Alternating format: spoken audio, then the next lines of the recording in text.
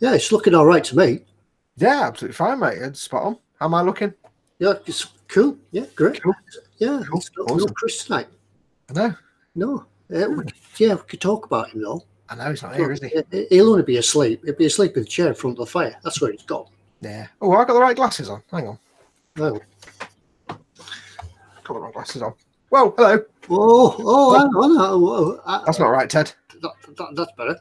Oh, there we go. I didn't have my glasses. Yeah, sorry about that, everybody. I had the wrong glasses on. Yeah, didn't have my glasses on. Didn't have the right ones. I had the dogs on. Good evening, everybody. Welcome once again to, I was going to say Saturday night at the... Welcome to Saturday night at the Palladium. Yeah, good evening. Yeah, it's Monday night. Yeah, Monday night with eModels. There's only two of us tonight. Unfortunately, Chris has got the lurgy. So AN GERM. Yeah, we've banished him to the isolation island out in the middle of the channel. So, yeah, where he won't spread his lurgy any further. Yeah, and he can also host dodgy 1960s radio stations as well while he's there. He may as well. Yeah, most well. Yeah. You know what it's like, these internet viruses, where if you've got a virus and you pass it on to everybody else, it just gets everywhere. He did give us an update. He said rather than having AN GERM, he might actually have two AN GERMs. Oh. He said it might have progressed to two germs. Well, if it's man flu, though, that's really serious. Yeah, that's critical, that is. That's critical, yeah. Could be a life support. That whole gag at the start, Ted, has made my eyes water. Yeah, I took my glasses off thinking that I could get it into focus, but then I couldn't read the chat. So if anybody said anything, I'm blind as a bat. It backfired so much. Oh, yeah. It's not the same. Yeah. So now who's going to do who's in tonight? Then? Oh, I don't know. My eyes are really itching now. I don't know what. Things are out of focus. So let's see who we've got in. Yeah. Well, I tell you what. You do your spiel first, and have you got the interesting fact of the day? Oh no, I forgot that bit. Quick, distract me for a minute. I tell you what. I'll do who's in, and you do interesting fact of the day. That works. I've got to get a thing open now. Right. So I'll go to the top and down. There's obviously many people here before I even came into chat. So I always forget the interesting fact, don't I? So Sergeant Bones probably was here ages ago. Well, in fact, he said he was here 111 minutes ago. So yeah, that's quite a while. I can work it out, but it's just about over an hour and a half, isn't it? Festa's in. Your mods are in tonight. There's Festa, Gross Models. That's Chris. Yeah, see, he's just skiving. Echo Pete's in. Good evening to you. Redlen 08. Sergeant Bones is back again. Earl D. Subutio, anybody? I've got Subutio. Subutio. Yeah. Flick to Kick. Yeah. Flick to Kick, good God. Yeah. I had one of those. I had the Floodlight edition, but I never played with a football. All I did when I was a kid was just when Dad sent me to bed, when we went to bed, I just used to turn the footlights on and read.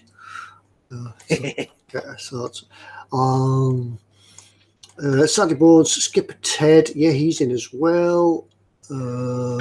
Dad's in. Hi, Dad. Hey, Dad. Phil Kett, Sandy Boards, Luke Lawser. That's when I came in because it tells you, welcome to live chat. Remember to guard your privacy and abide by our community guidelines. No swearing. Yeah. You are live on Channel 4. Please do not swear. Yeah. Lord Barclay, Dave Cardboard's in. Trot and Chad. 1970s police duo. Yeah. Am I doing this as well as Chris does it? Yeah, much better. Yeah, I thought so. Andrew Leary, Michael Jackerman, Jamie Bourne, Matt Bradford, Earl D. Jimmy Bourne again, Andrew Leary, Wayne Haywood, Paul M. D. Tomaso. I always think of tomato sauce. Never mind. Ostrich 9000, Rusty Custom Models, Mark, Meatballs and Bobbytons, Michael Jackerman, Boring Models. Everybody's coming in now. Yeah, and everybody, as we say, everybody else that knows me. Right. Yeah. Have you got the interesting fact of the day? I have my interesting fact. Just Nana Sunrise is in as well. Just came in. Andrew Leary. And apparently Gross Models is in. But I was always told when I was a kid, if I was too ill to go to school, I couldn't go and see my mate. I couldn't go and play out at my friend's house. So. Can't play out. Yeah. Has he got a bottle of Lucozade next to him as he talked to him? Bottle of Lucozade in a cellophane wrapper? Has he got a note from his mum? Yes, anyway, my usual spiel. Welcome to the live stream. If you're watching this, we do encourage you. I'll start that again because I don't know where I was going with that sentence. It just went wrong straight away. Wow, Ted, it's gone wrong. I'll start again. Good evening. Welcome to eModels. Well, I've just gone completely. Right, so yes, we count on you guys in the live chat to give us stuff to talk about. If you can't see the live chat, it's just there on my telly, but it's not. Doesn't mean much to you, then you're probably watching somewhere other than YouTube. So just click on the little YouTube icon that's down here in the bottom corner, and that will take you to the YouTube page where you can see the live chat and join in with the typing and the things. We do sticker giveaways later on, so you want to be in the live chat to win a sticker. As always, if you want to ask us a question, do it in the chat. Put it in big fat capital letters so we have a chance to see it. It's just me and Ted tonight, so we'll probably miss a lot of stuff in chat. If you want to, you can use the super chat, which is the little dollar symbol at the bottom of the chat. That will put your question in a big colour box. We have a better chance of seeing it. But if you can't get access to the chat at all, you're more than welcome to pop us an email with your question. It doesn't have to be about model making, it can be about anything. Just pop us a question, as long as it's something we can talk about and it stays away from religion and politics. It's good. It's game, fair game. And today, interesting fact for today, this day in history in the year 211, Roman Emperor Septimus Severus died, leaving the Roman Empire in the hands of his two quarrelsome sons, Caracalla and Geta. There you go. Yeah. You know, there will be a test at the end of the show just to see who remembered that. I should have read that in a sort of Phil Harding voice, really, shouldn't I? Well, what it is, Tony, you see, right? It looks like Chris is going to go to bed now because he says he's going. So yeah, no, I think it's because we said if you can't go to school, then you can stay, Chris. We'll let you off. Yeah. Well, just for this once. Yeah. As Adsa says, to be fair, I was in the chat when I was in hospital. That's true. What? I was, but there wasn't anything else to do, and I was getting glares from the nurses as well. His only option was hospital food or sleep. And there's only so much sleep you can do. And he does say, to be fair, he does say hospital, which we give him extra points for. Hospital. So anyway, what have you been up to this week, Chris? Chris. Yeah, Chris, what have you been up to this week? Let's just respond. Yeah, sorry, I've got last week's script. I was just trying to edit last week's script, so I've still got him down here. So I'll need to. I think we should sit quietly and wait for Chris to respond. Ready? I've been a little tied up this week, but I have made a start on the U-boat. Not anything to show because I've done some filming. I've done the what's in the box and unboxing.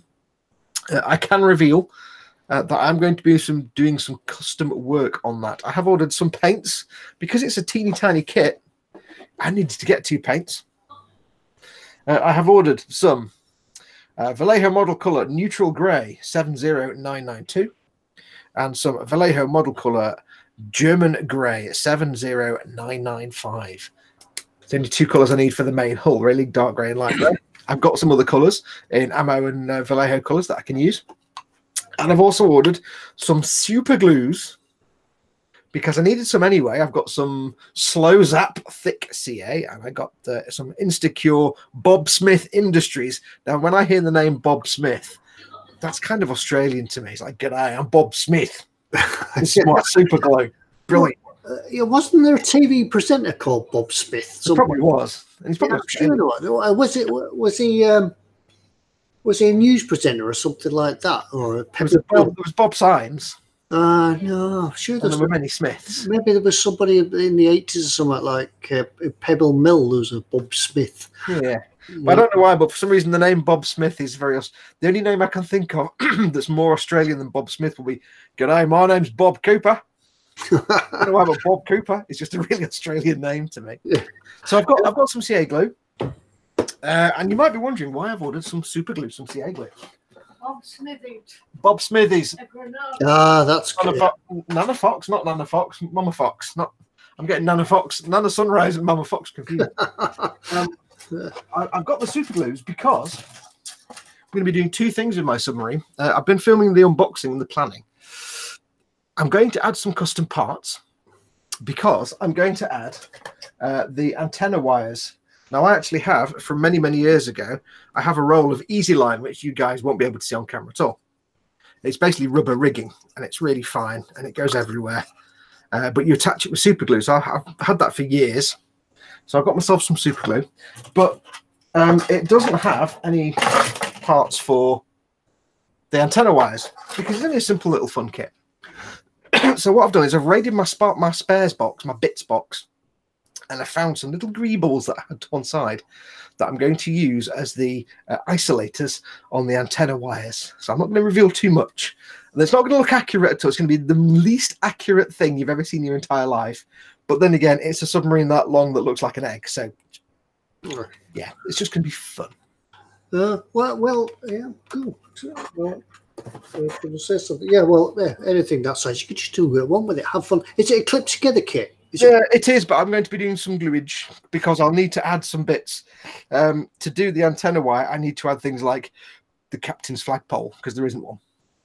And there's some other bits I will be adding. Now, I've decided, though, I'm going to have to use the stickers in the kit. It comes with 2 little stickers for the tower. I was hoping to use my own water slides for the laughing sawfish for U96. Unfortunately, I only had one. I'd lost the other ones, and it was far too big, so I'm going to use the kit stickers. Oh, you could, yeah. You could have adapted it. You could have just wrapped one around the front of the front. Yeah, it was kind of, it would have worked, but it was too tall. I only had one, so and it was the wrong colour. As for me, I haven't really done anything on the U-boat apart from, like you, I've ordered some more bits from eModels. Unfortunately, I'm going to need a lot more paint than you've got there.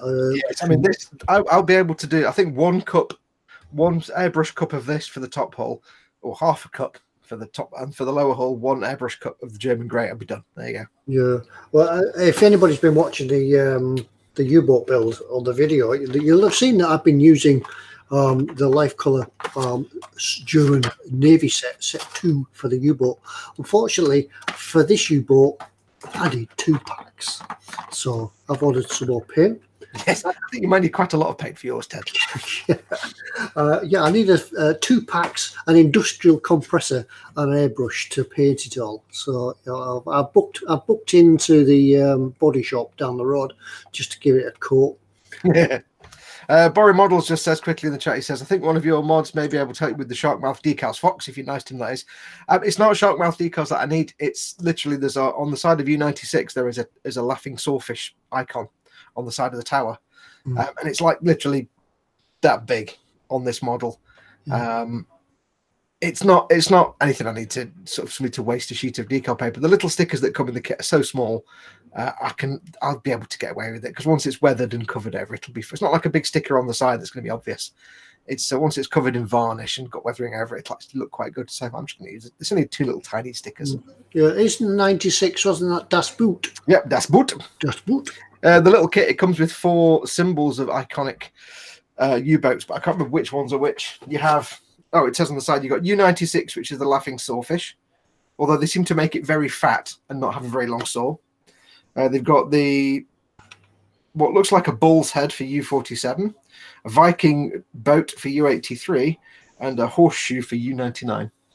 I'm looking forward to it. I'm going to crack on with it this week. I need a Red Devil for U552. Yes, that's the one you're doing. Yeah. So, unlike you, I've also got the trouble of making some antenna isolators, but I haven't. You'd think for a huge kit like that, they would have the details for the antenna rigging, but they don't. So I'm going to have to try and scratch build some. Yeah, I was quite surprised that it didn't. Yeah, I'm really disappointed in that. So I'm going to have a go at using some old bits of sprue and whittling some down to make some antennas. So that will be included in the next video, which once I get coat paint on this week, I'll start the next video. So it shouldn't be too long. Cool. Now I think it's not switching back and forth on the camera automatically, so I'm going to have to manually ride the camera again. I could go out and come in again, but I don't really want to do that. So. Donald Kent says the Das Boot series on Wednesday on Sky Atlantic. Apparently, it's not very good. Apparently, it's not anywhere near as good as the original. Apparently, it's a new one. Right, it's not a repeat; it's a new one. No, it's like a remake, but it's apparently not very good. I haven't seen it. What else have been? Dave Cardboard says, "Why not stretch sprue about your thing?" It's not the wire that Ted needs to make with the sprue. It's the isolators and the bits that the wire locks into. Yeah. It's a wiring system that actually has isolators at various stages, and they're not included in Ted's kit. Yeah, you could just stretch the easy line between the forward and the conning tower, but it just doesn't look right without the isolators on it. So we'll have to have a go at that. I'm just gonna dip in and out, Ted, briefly while you talk for 2 minutes. See if we can fix this camera. The screen shouldn't fall over, so don't worry. Yeah, hurry back because I'll be on my own. Yeah, you start talking, I'll do it dead quickly. Right, I'll have a look. See what's going on in the chat. Michael Jacobin says he had an accident in the cabinet. A bookend gave way and the books fell onto the rear end. I told you it'd be fast. That was quick. I know. Just had to reload it so the camera starts working again. Does it? Is it flicking? Yeah. Oh, yeah. Right. Yeah. But it doesn't show it on our screen now, does it? Because there's just two of us. It does on my end, but it sometimes stops, so I just have to refresh. Yeah, I was just reading that Michael Jacobin had an accident where his display cabinet collapsed. No. Oh. No! You hear that sometimes, and it's damage, catastrophic. Both rear aerials and cable support smashed, and the turret badly damaged. Oh. I think a bit more weathering, he could make it look deliberate now. Yeah, that's where you get into a diorama. Battle damage. Yeah. Yeah. Oh. Andrew Leary says big thanks to eModels. He went in for a kit and came out with the kit and an airbrush kit as well. Oh, right. Yeah, good. Yeah, good sales technique. Yeah, they're good at what they do, but they're always happy to advise you if you go and say, "I've never done this. What do I do?" It's a bit like Arkwright. You can't go in and not come out without buying something. Yeah. Or you go in for one thing and you come out with an armful of stuff. Yeah, right. I've seen people go in and say, "Have you got this?" And they go, "Oh, that's something we don't carry." Oh, right, but they'll come out with something else. Yeah, that's it. Have you thought about it? Oh, try it. Have you thought about it instead? Yeah. I think I've just had an email come through. Yes, we had that one. It's just yeah. We'll sort that out later. Yes, Barry, we've got your email. We'll forward it on for you. Just in case. Yeah. See what people are saying in chat. Redland says, this week I finally delivered the coaching in I was commissioned to build 3 years ago. Yeah, sometimes if you lose your mojo halfway through commission, it's just a nightmare. Outside of doing commissions, if you don't particularly want to build the thing you've been commissioned to build, it's not fun. Let's have a look. What else we got going on? What are we up to? I think we're just catching up with chat now. Sergeant Bone says, Foxx, why not just paint it? The laughing sawfish. Because the tower is that big. Yes. It's not. The sticker itself is so tiny, it'll look fine once I put it on there. I'd say once I've got a matte varnish over it, it'll look fine. It'll be fine. It's just a silly fun one. Yeah. How many? How long did it take you to build it? Mind you, you kind of film it as well, so it's gonna... Yeah. I mean, if I was building it, it'd be the same as doing one of the tanks. I could probably build it and paint it. If I was just rattling through it and doing it on a live stream, it'd be like 4 or 5 hours. But I'm going to take extra time and do a gunk wash and stuff, so there'll be drying times and other things to consider. So a bit longer than say a tank build. Nick Gorlov says, hello from Russia, Moscow. Welcome. Welcome. Yeah. I could put me in, hang on a minute. Talk amongst yourselves. They're back. Look at the chaos at the back there. Michael Jacobin says, outside of the turret is okay, Ted. It's the inside. It's a mess from the shock. There's nothing worse than when a cabinet falls over. I've seen photographs of people's cabinets that have collapsed and it's just like stuff everywhere. I mean, I've got that little Detolf in the back there. And every now and then when you walk past it, it kind of goes ping and you're like, oh, don't explode. Don't shatter on me. I have to reach down to the plug socket and turn it on and off sometimes. And if you bump it, you're like, oh, don't explode, please. Right, yeah. Somebody asked, what have I been doing this week? I've been doing these. Somebody mentioned that it looks like I've been crucifying soldiers. I don't even want to know where you've stuck those sticks, Ted. On the feet. Look, on the feet. Oh, okay, we'll let you off. I always use little bits of sprue. I glue my figures to little bits of sprue just so that I can sort of take hold of them and twist them around. It's to be a British infantry set. Do you know what? Mm-hmm. I know people that just use a little tiny bit of super glue to glue sprue to the figure's feet, and then when they finish, they just twist it off. Yeah. I could never be that easy. I have to drill a hole and then use a cocktail stick and PVA glue, and I don't know why I can't do it the easy way. I don't know. I just have to drill holes and put sticks in it. Yeah, I just twist them off. Yeah, it's dead easy as that. Yeah. Gaz Vickers says, question, I won the double sticker giveaway a few weeks back. I was just wondering if how. Yeah. And then he says, you guys got my email. Yeah, they will come. Yeah, I've actually got as far as putting some of them in envelopes now. So well, hopefully I'll get them out this week. Yeah, I won't be able to get them all out, but I'll get some of them out. As I say, I'll put them in envelopes. Just got to put the dresses on them now. So you might find that if you run one sticker, you'll get 2 stickers because I'll just double up everything. Yeah, there's always a delay with stickers purely because both Ted and I live hundreds of miles from post offices and my car's off the road at the moment. So, yeah, sometimes there's a delay between when you win a sticker and when we actually get to send it out. Because we look after that bit. And as you guessed, we're kind of idiots. We shouldn't be trusted with such duties, but we are. So, yeah. I know. Scale Model Vamp says AN GERM. Yes, Chris has got AN GERM, possibly 2 AN GERMs. So he's not with us tonight because he's just been a big girl and being all, oh, I'm not well. Oh, I've got a germ. Yeah, he did. Yeah, he started with a notice of intended sickness, didn't he? He used to come on and cough, to do a live stream or something. If you noticed it last week, if you run back last week, you'll see him coughing a little bit. He'd be like, feel well. Oh, not well. I've fallen over. I can't get up. Got a temperature. Got man flu. I'm dying. Yeah. Right, here's a question more for you, Ted, because it's not something I come across for the kind of models I make, but it's something that does bug me senseless. Travis Thompson asks, opinions, do you live with raised panel lines or rescribe them? That's mostly on aircraft, isn't it? We've seen raised panel lines. I've got sniffles today. I've not cancelled. I'm still here. But I think raised panel lines would be the being of a kit, and I'd never be able to unsee them. So yeah, I'd get rid of them. Rescribe them. But try to remember where they all are. Once you've rubbed them all off, rub them one off at a time, and then rescribe it. Otherwise, you can't remember where they are. I mean, it does depend on what the model is, because there are some. The whole point of a panel line is that you've got, say, on a plane, you've got 2 plates of skin, like metal of the skin of the plane, or whatever the thing is. There's two plates, and they've got a tiny gap separating them, and there's a gap, and that's the panel line. But there are situations where you may have panels on something like a boat where they're actually overlapping like that, and then you would technically accurately have a raised panel line. So it depends what you're building and how accurate you want to be. If sanding them all down and rescribing them is not something you're comfortable doing, don't do it. The only thing to keep in mind is that when you're doing washes and things, it's going to behave differently because there's a little raised bit than if there was a recess. But it's kind of personal taste. I hate raised panel lines where there shouldn't be raised panel lines. It drives me nuts.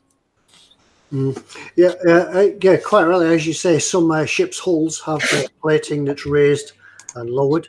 You'll find it's like bricks. There'll be one low, one high, one low, one high. Don't go rubbing them off because the type of kit. World War II, World War One, World War Two. You'll find difference in plating. So don't rub them off if you buy a ship. Sergeant Bone says raised panel lines are so 1970s. They are, but there are still companies today that make airplane kits with raised panel lines, and you look at them and go, there's just no excuse for it. If they aren't on the real thing, they shouldn't be on the model. It's just laziness. Jimmy Bond says, do I know that I can get resin add-on accessories for these figures? Yeah, I can, but I'm just building them out of the box. They're pretty fairly detailed as they are. Don't need a lot else. Yeah, you can get extra heads, you can get equipment, things like that, but fine as they are. Matt Bradford says a 148th Su-27 flanker arrived in the post today. The wife was well impressed. I'm sensing sarcasm. Yeah. Oh, look, your models arrived. Yeah. Vickers says not pestering you about the stickers. He just doesn't trust his local postie. Yeah. They may have been sent out and your postie might be rubbish. It's entirely possible. Yeah. Anders Eriksson says good evening all. A bit late, but finally here. Paul Di Tommaso says the wife and I are still waiting for our 2 big e-stickers. Yeah, we're just behind with sending out the stickers. We always do. We make occasional runs to the post office because, like I say, Ted and I don't live near a post office, so we have to make one trip every now and then. Oh, Anders Ericsson said, please don't tell me that I forgot again. Yeah. Oh, yeah, you forgot your helmet, didn't you, Ted? You reminded me. I did say remind me. You haven't missed me. I just haven't got it out. I forgot. Yeah, Ted, did you remind me to remind you to remind you to remind Nobody reminded me. You didn't get reminded, so you weren't going to be able to remind me. And then Chris was ill anyway, so if Chris got reminded, he wasn't able to remind me, to remind you, to remind the party of the first part with the party of the second part. Make that 3 boiled eggs. Yeah. Oh. Let's have a look. And Anders Ericsson says, and I forgot to remind you. Yes. Yeah. Well, that's your fault then, isn't it? Yeah. Yes. See what you do to us? Yeah. It was all Anders' fault. Blame Anders for everything. Yeah. Yeah. So what's everybody else been up to this week then? We've done ours. We'll have to fill the space about what have you been up to, Chris, with what has everybody else been up to? Andrew Leary has a question. He says, my wife has fallen out with me due to the airbrush kit. He was really happy that they sold him an airbrush kit, and then he got told off when he got home. Should I own up to the stealing her earbuds, cocktail sticks, etc., etc.? No.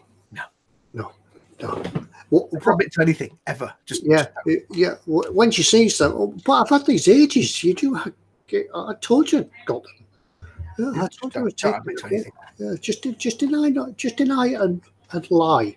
Yeah, just keep quiet in the corner with your glue and your bits of plastic, and you'll be fine. Yeah. And Sergeant Bone says, never, Andrew, unless you have a 132nd scale Lancaster to move into. Yeah, well, you'll be sleeping tonight. Yeah.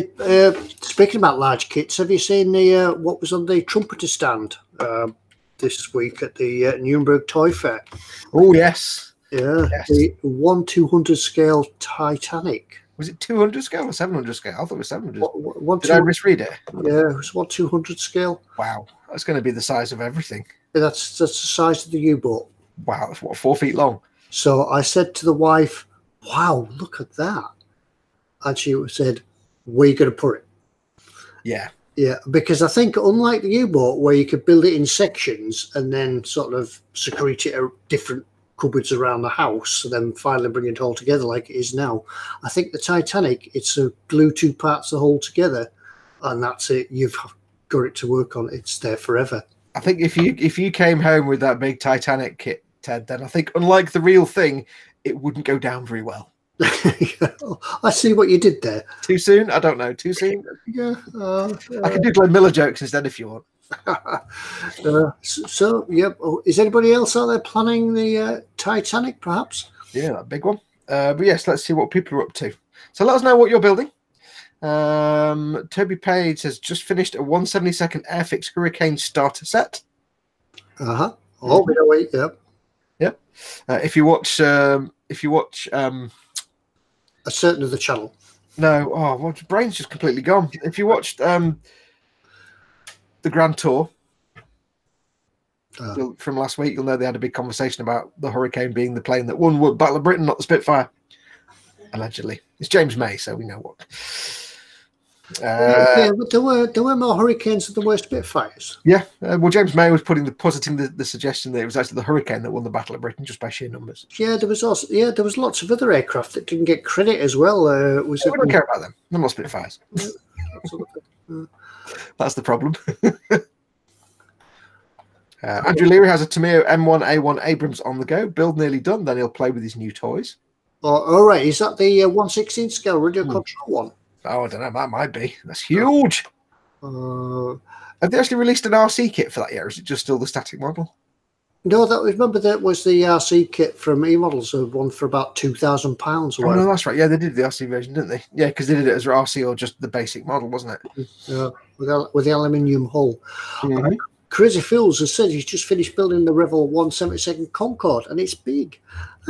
Yeah, it's not a well-known kit. That it's been about, but not a lot of people have heard about building it. Osric 9000 been building a 1/35th Russian mine-clearing tank. Many parts. Yeah, I think it has many parts, Ted. Many parts. many Mahoney. Many parts. Yes. Ted said, Dad says Ted's next eModel build is the Titanic. Yeah, I've been thinking about it. And as the next question, Van Holdinghausen says, was there a date for the Titanic? There's no date released for it yet, or certainly nothing that I've heard. I would think from seeing it on the bench at Nuremberg to it coming on the shelves could be a couple of years. Yeah. When did they first reveal the big fat U-boat? Yeah, I think that was a couple of years ago as well, but it was sort of... Well, no, it was a couple of years ago that you got the U-boat. Yeah, a couple of years ago, I got it. So there could be time to convert the loft to build a Titanic. If the loft's ready for when the Titanic is released, yeah, it's a serious consideration. Because it would be built and remain in the loft, wouldn't it? Yeah, it would. Yeah, have to take the roof off because you can come out. Your phone call to your son, can you come and give me a hand getting the Titanic down from the loft? Yeah. Let's have a look. Travis Thompson, because I thought you were going to say your thought process Titanic was basically, no. Yeah. Was that Mrs. Ted's thought process? I did say last week I wasn't going to build any big models again. It's a bit like the shiny model, didn't it? Oh, no, I'm not doing any more. I'm not doing any more big tanks. I'm not doing any more. But oh, look at that. Yeah, it's like me saying I need to not add to my stash. I've got enough kits to keep going for a year. I don't need to spend the money. And I need that. Yeah. Travis Thompson says, moved in with in-laws between houses this week. I have a small corner desk I'm allowed to build on. We'll build some new 172nd Airfix planes to keep the mojo going. Do some starter kits. Do some starter kits and restrict yourselves to just the stuff that comes in the kits and things you can steal from the in-laws. Yeah. That makes it interesting and fun and slightly dangerous. Anders Ericsson says that he's been shoveling some snow. Finally, the true winter is here in half of Sweden. Wow, that kind of went from English to German to Swedish at the very end. Yeah, it kind of segued. Yeah, I realised I was doing German. But but you pulled it out. You did a little handbrake turn and kind of went from, das ist richtig, and now it's Sweden. Yeah, da. It's horrible. Yeah, it's quite nicely done there, Ted. Nice little blend. We actually had some snow here last week. We did. The country shut down. Yeah, I mean, given the fact that America is basically closed, and most of this country fell over because there was a snowflake. We got literally, I went to bed one night and it was like everything was raining and everything was like wet. And then I woke up in the morning and it was like snow that deep. And that was it. It went away then after a day and I was like, oh, guess that's it then. Yeah. It's most depressing. Now I don't have to commute anywhere. I wouldn't mind if it got a big flumpy deep snow layer of snow that I could go out and play in because I don't have to drive to work. So it's like I don't have to go to work. And did you phone your mum up? Mum, can't go in today. Mum, I can't get out of bed today. There's snow everywhere. Sorry, I can't make it in. I'm going to have to stay at home. So yeah. I can't make it to the kitchen. Can you make me a brew? Let's have a look. Zadster says, I think that all kits should come in boxes that can take the fully built model. That will be some big boxes. Some big boxes. Can you imagine how big the box for your U-boat would be, Ted? It's what, 2 foot tall? Yeah, a 1.5 foot tall. So by the time you put some packing in, about 2 foot wide, 4 foot long. Yeah. On that note, I think you should pass on some information we found out about Pete, mate, and his recent purchases on that U-boat. Oh yeah, I understand that when when my boat goes to eModels, where everybody can go down to eModels and have a look at it. Pete, not be able to miss it. It's like 4 foot long. Yeah, you hit your head on it as you go in the door. Yeah, Pete's apparently bought a glass cabinet for it. Woohoo! Yeah, hopefully he's measured it correctly, and the boat will fit in it. Otherwise, it will be a glass cabinet with 2 arches cut out of each end, with an arch cut out of each end and a hole cut in the top for the periscope that'll just slip over it. Yeah, because Ted says to me, Pete's ordered a cabinet, and I'm like, has Pete actually asked you the dimensions of the U-boat? He went, nope, nope, not at all. So hopefully it hasn't gone by the box measurements, which is normally stated by, in a kit, it's normally stated the box size, isn't it? Yeah, often it says this by this, and that's just the size of the box, so you know how to transport it. But yeah, so, what I am thinking of, though, I'm thinking of this year, if Pete allows and things are all worked out, that anybody that's going to Telford, I may enter the submarine into Telford or have a word with one of the group stands and take it down to Telford and display it so everybody can come down and have a look. If you go to Telford, you can have a look. I think they've taken it back to eModels by then, wouldn't you? Yeah, it'll be down at eModels, but if we wanted to, we'd go pick it up. Oh, I see what you mean. I've got you. Take it down to... Yeah, I believe in that to you and have no responsibility for that thing. Yeah. So we'll see what we could do. See how timing and costs and moving things are allowed. So if you'd like to see it, yeah, I'll try and get it to Telford. Yeah. Von Holdinghausen says he will build the Titanic. He's been waiting. Zanster asks if people still watch the Grand Tour. Blimey, yeah, I used to love Top Gear, so I watch the Grand Tour. Plus, I'm on Amazon Prime, so I'll take anything that's free. That's why I'm working my way through Bones at the minute. Toby Page is masking up the 172nd Whitworth Whitley for Coastal Command Scheme. Oh, I haven't seen that one. Oh, that said, talking about Grand Tour is out on YouTube. A new series apparently without a BBC involvement. I've sort of lost track of those guys since they left the BBC, so I don't really know what's happening with it. Grand Tour's on Amazon. I don't think it's on YouTube. It's an Amazon series. Yeah. So look, what else have we got? Chat just jumped. Matt Bradford got all the decals onto his Eagle Transporter. Awesome. Earl D is doing a Moon Gundam as we speak. Travis Thompson said there were more hurricanes and they did score more kills, so yeah. Phil East is working on the Orcs Get Started set, the Warhammer one, with the Revell Warhammer set. Getting the itch to do a car properly after the group build, though. Let's have a look. Zadster the Grand Tour is out on YouTube. New series apparently lad says Scale Model Vamp. No, it's on Amazon. I don't know if it's on YouTube. It's Amazon. It's in its third series now. Grand Tour's nothing to do with BBC. It's unless he means the old series, the past episodes.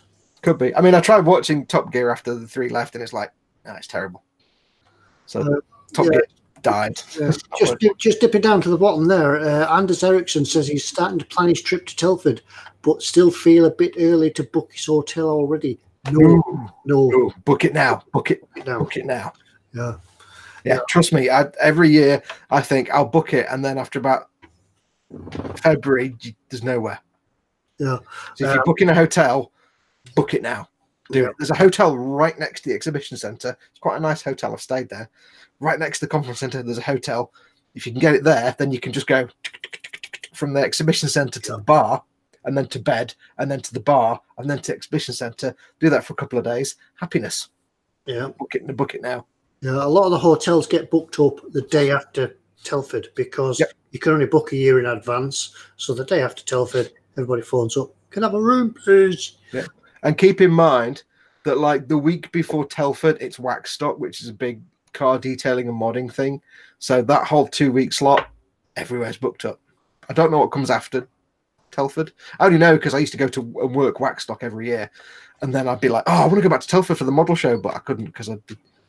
Yeah. So. One tip I found out about booking hotels for Telford as well, by the way, not just Telford, but booking hotels. If you find a hotel on one of these booking sites, hotel booking sites, if you find a hotel on there that you like, phone the hotel up directly and book directly, because your booking stays open until the night before when you can cancel it. So if you can't go, you don't lose any money. Gaz Vickers is working on his new Blood Angels army, the Start Collecting box, and a Furioso Dreadnought, a Dragon Hummel, trying to get on with his Conquest minis. So all the builds then, basically. Yeah, it must have some it must be well organised to have that many builds on the go. Yeah. Michael Brown is currently drilling out the 4 millionth hole on the Revell 1/2700 scale Scud Star Destroyer. Wayne Hayward said something and then immediately regretted it and retracted it. We'll never know. AJ is filing and sanding his 124th Airfix Sea Harrier, taking forever. Will be worth it though? Yeah, I think it'll be worth it for a Sea Harrier. 124th is going to be huge. Yeah. Go Go on, Ted. You can do some. I've lost where I can't find where we're at. I'm just Well, Simon D is building a diorama. Not Simon D, the DJ from the radio, but Simon D, the other Simon D, is building a diorama for a Bandai speeder bike. I still can't find where you're at. Let's have a look. Mark Bradford said Titanic. She was all right when she left here. It's all right, mate. Double him up. Yeah. I saw it looked fine to me. Yeah, you signed the paper. It's yours, mate. It's over to you. One piece. Jamie Bones working on a Meng 135th Husky. Nice. Wayne Hayward is working on his Bandai Scout Trooper and speeder bike. Wayne Hayward just finished painting 3 Space Marines about to start Star Wars Legion miniatures once I've sorted a new airbrush and compressor. Cool. Are you above me or down?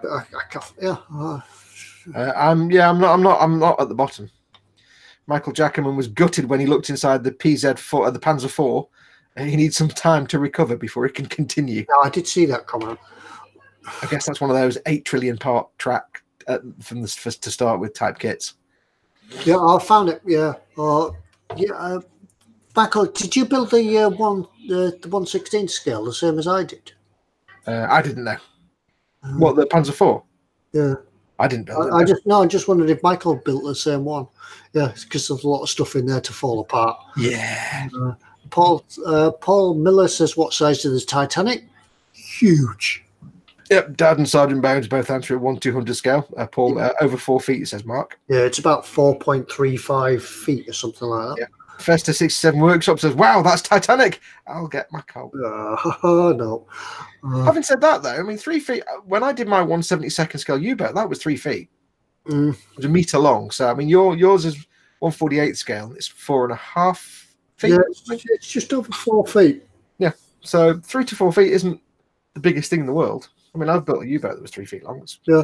Well, my space battleship Yamato up there is 666 centimetres, which is what in feet? I don't know. Yeah, it's saying that about the Titanic. I've actually built bigger boats than that. Bigger control boats. I've actually built bigger ones and wider ones and heavier ones. Some of the tugs that I used to build, because they were so big and buoyant, I used to have to load them with lead and batteries, and you couldn't lift them without taking the batteries out. But don't forget, Ted, you used to build these things like from scratch, from like a box, a cornflake box, some wood and a dead cat and a bit of bicycle pump. Yeah, yeah, there was a lot of things went into one of my tugs. Actually, I've probably said it before. One of the tugs that I built used to tow me and my son around the lake.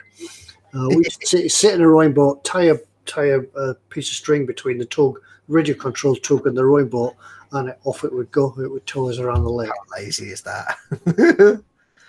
Paul Miller seems to have the best mum ever. He says, my mum's buying me the HK Hong Kong 1/32nd scale Avro Lanka. Oh, lucky boy. She's already put a deposit on it already, so I'm hoping to get it very soon. You're a very lucky boy, Paul Miller. Yeah, well, your mum's clearly awesome. Yeah, so we've got to see that. Got to see some build pictures. So big shout out to Mama Paul. Yeah. Festa says, shall I take a bow / as in bow, as in Titanic? Yeah. Dear. All the ship jokes. Lord Barkley says, or it will be diving. Sergeant Bones says, don't make me get stern with you, Colin. Yeah. This is just killing me now, I tell you. It's all coming on. Yeah, it's plenty. It's going to kill me completely. Andrew Leary says, question, any good old 60s or 70s TV been watched this week? Dave Cardboard says below him, UFO. Yeah. I think UFO is being repeated on Forces TV at the moment. So if you Forces TV. Yeah, if you get Forces TV, you could watch. Festa was watching the Sweeney. Shut it. Shut it. Yeah, sweet. You can't beat this. It is the best 70s cop show in the UK, just full stop. Professionals was for Nancy Boys, and it was all Ponzi. The Sweeney was proper bloke TV. Yeah. Yeah, but really, that's how the police were at the time. They were all sort of gritty, down to earth, bottle of whiskey in the drawer, or in the pocket, or in the hand, or just drunk. And at the end of the shift, they'd all go down the pub. Yeah. I didn't watch the Sweeney, but I did have occasion to watch the 1990s Nissan Almera ad. Other cars are available. The 1990s Almera ad, which was a riff on the Sweeney. Oh, I did. Like done in the style of the Sweeney, and it had the two guys playing Dennis Waterman and John Thorne. It was like, what kind of car is this? It's the new Nissan Almera, governor. It's got this, that, and the other. Oh, it's all right, isn't it? Yeah. Market. And it drives past the market. Oh, that was right.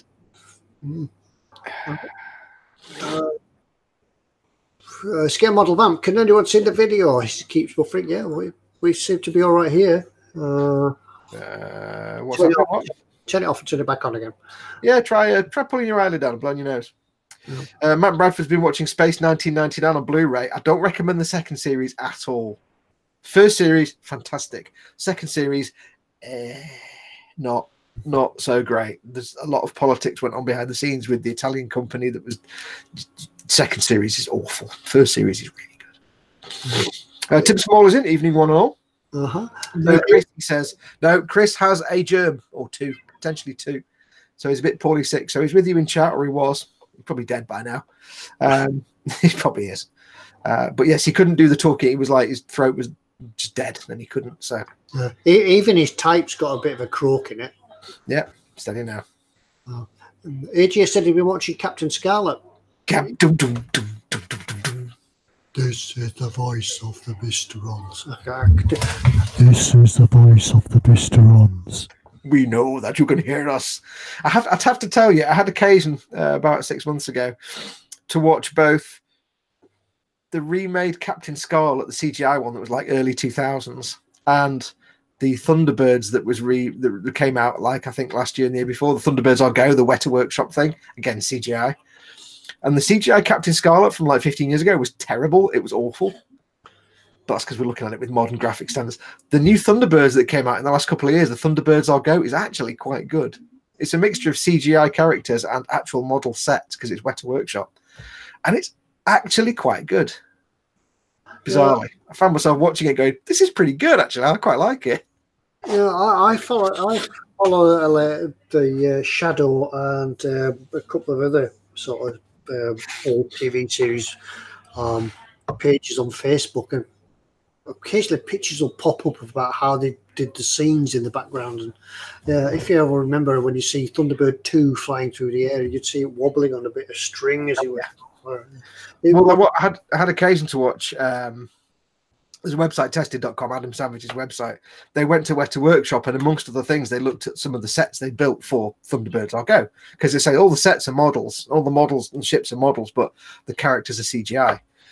And they showed inside, is Thunderbird 1 the rocket, the big tall, whichever one, is that Thunderbird 5? That's a rocket. Thunderbird 5. Well, 2 was the big green lumpy one. Thunderbird 5, the spaceship, the space station. Yeah, Thunderbird, whichever one. Is the Thunderbird 1 the tall? Anyway, the tall pointy rocket one. It showed the launch bay, and it was like this big tall launch bay. It was beautiful diorama, proper Weta Workshop craftsmanship, lighting and rigging and gantries and all kinds of stuff. And then off to one side, behind all the walkways and gantries, was just like general sort of clutter to suggest pipe work and machinery and stuff. And if you look carefully enough, you can see it's not actually carefully detailed pipe work and machinery. It's just empty sprues from Gunpla kits that they've not even painted. They've just stuck them all in piles to look like pipe work and stuff. And it's like, that's awesome. I like that, because they know you're never going to see it. So it's like, that's awesome. I think it's the imagination of people like that sort of impresses me, because I would never think of just piling a load of Gunpla sprues up. Yeah. So yeah, there's something in a guy's head that sort of has to kick in to think, how should we do this pipe work? Looks down, sees a pile of sprues. Take a load of empty sprues and nobody will ever know. Yeah, nobody will know. Dave Cardboard says about Space 1999. Yeah, but Series 2 had Catherine Shell to take your mind off the rest of it. And it's like, well, yeah, has Maya. Yeah, true. But even that doesn't make up for it. It's just that bad. It really is that bad. Advert was based on the okay. Toby Page says the advert was based on the Professionals, the Nissan Almera. They actually did two. One based on one on the Professionals for a different version of the Almera. I think the Sport, the hatchback, and one was just the bog standard Almera, which was done on the Sweeney. And it starts off with like a burger van, and that John Thor character hassling the burger seller for terrible tea. So the two, one has the Professionals and one of the Sweeney, but the Sweeney was better because the Sweeney was better than the Professionals. Working our way down. Oh, Zadster says 4 was the space station and 5 was the underwater one. There was an underwater one in Thunderbirds, was there? Yeah, there was. There was. You used to call it the pod of Thunderbird 2. It was Thunderbird 4. No, it was. Yeah, because I thought 5 was the space station. I remember the big 5 on the side. So 5 was the space station. Thunderbird 4 was the yellow submersible that came out. Submarine. Yeah. 2 was the green one. So it must have been Thunderbird 1, the big tall sticky up one. Thunderbird 1 was the tall rocket. Thunderbird 2 was green pod. Thunderbird 3 was I don't remember Thunderbird 3. Okay, we'll open it. We'll open it to the crowd. Which one was Thunderbird 3, audience? What was Thunderbird 3? Osric 9000 says, I like Terrorhawks. I actually really enjoyed Terrorhawks. Looking back at now, the puppets are terrible, but the models were great. And if you actually go and look up now, photographs of the actual studio models, they're kind of really basic, but they look fantastic. All right, we're being corrected here. Thunderbird 3 was the red. The red one is Thunderbird 3, which was we had the tails and things on it. That's right. That's right. The one that nobody actually liked because it was the nobody ever heard that one. Yeah, they didn't use that one much. Thunderbird 4 was a space station. I think that was 5. I'm sure that was 5. 5 was the underwater one, says Zadster. I don't know. I'm sure 5 was the space station. I'll tell you what I did watch, though. I had occasion to watch an episode of Fireball XL5. No. Yes. Fireball. My God, that was terrible. It was really, truly terrible. Which one was? Sorry, I missed that. It was a really early episode of Fireball XL5. Oh, right. And it was truly awful. It was terrible. Yeah, I remember the theme tune from that, and it's now going around in my head. Thank you very much. Andrew Leary says, serious question. Anyone affected by itchy eyes from dust from filing model parts, what's the solution? If you've got some eye wash, do some eye wash. If not, just go and get your bathroom or kitchen tap running warm water and just get some in your hand and just wash your eyes out. Get your eyes open and just... Or stick your head under water with your eyes open. Make the water warm. It's more pleasant. Or if you're looking for a solution for stopping the dust, is wet sanding. Use wet and dry. Run your model under the tap while you're filing it. If it's I've never known plastic cause a dust. If it's, I get it sometimes, mainly if it's like a lot of sanding. If it's resin your filing, stop what you're doing. You want some protection. Certainly a mask, a booth to file it in. Yeah, if you're sanding resin, you absolutely must wear a respirator rated for particulates, not for vapors. It has to be fine for particulates because the stuff is toxic. Resin dust is toxic and carcinogenic and also sharp and nasty. And you can wear goggles, but if you wet sand, especially resin, you have to wet sand just to stop the dust getting in your eyes. It's just an irritant. You have a respirator if you're doing resin. Yeah, but if it is plastic that you're doing and you're getting bothered by the particles from that, try just like resin, treat like resin and wet sand it. Interesting news. Although that was serious, this is more serious. Mark Dale says, I'm friends with Gerry Anderson, Gerry's son. He's instantly our best friend. Yeah. And he's doing huge amounts with bringing Thunderbirds and Terrorhawks back with a new form of super marionation. Cool. Because I have to say that the CGI Thunderbirds I'll Go is actually really good. It's actually really, really good. And it's really true to the spirit. It's modernized, but it's really true to the spirit of the original series. So it works really well. So they've done a stunning job. Terrorhawks, if they can bring it back with proper puppets and not the squishy-headed, that never worked for me. Now, CGI versus puppets. I think I'd be tending to go more for puppets. Because, or is that just a nostalgia type thing?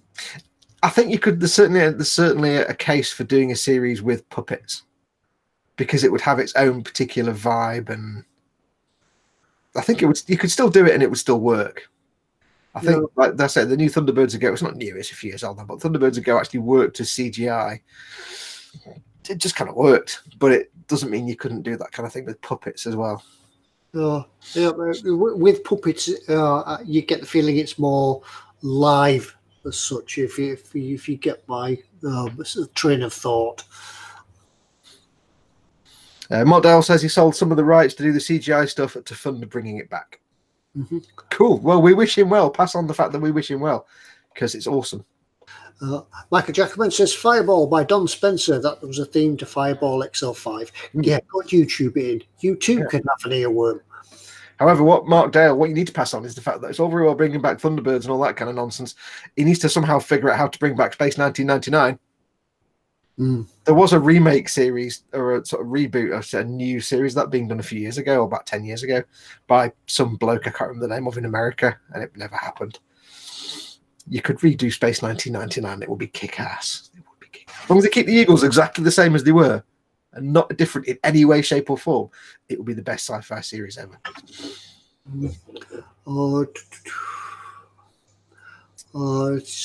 Talk about Thunderbirds Revel. Do a 72nd scale C-54D Thunderbirds.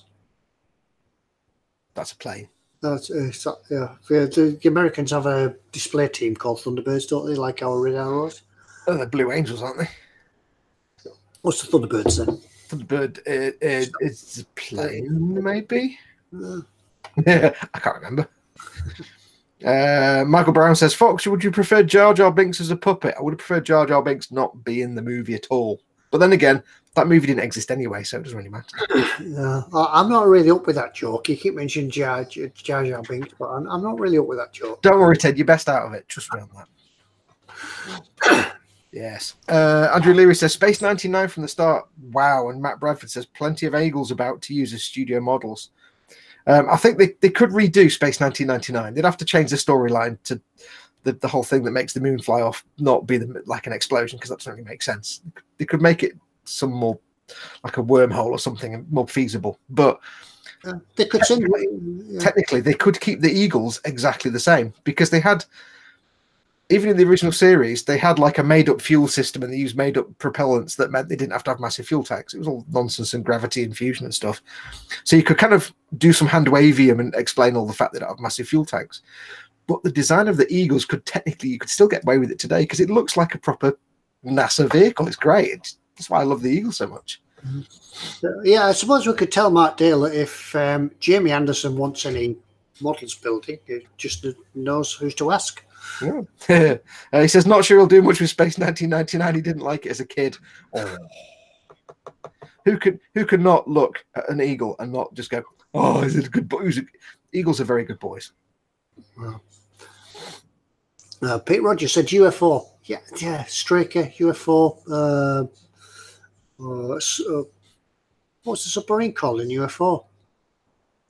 What was the what? Submarine calling. There was a submarine UFO. I don't really know. I never had that much of a soft spot for UFOs. So apart from Straker, and he had a film studio and had that awesome car. Yeah, that's all right. Yeah, and the Angel Interceptors. Yeah, Dave Cardboard says that's right. Skydiver. Yeah, he had the Angel Interceptors, the space station. Yeah, they had the big car where you sat side by side and the seat went out from the side. And or was that Captain Scarlet? That might have been Captain Scarlet. Captain Scarlet. I know that. Yeah, he did have the tracked vehicles. So, apparently, by the way, the US Navy is Blue Angels, and the Thunderbirds are the US Army's flight team. US military flight team. Oh, right. Skydiver. They're supposed to have 10 of them. Yeah.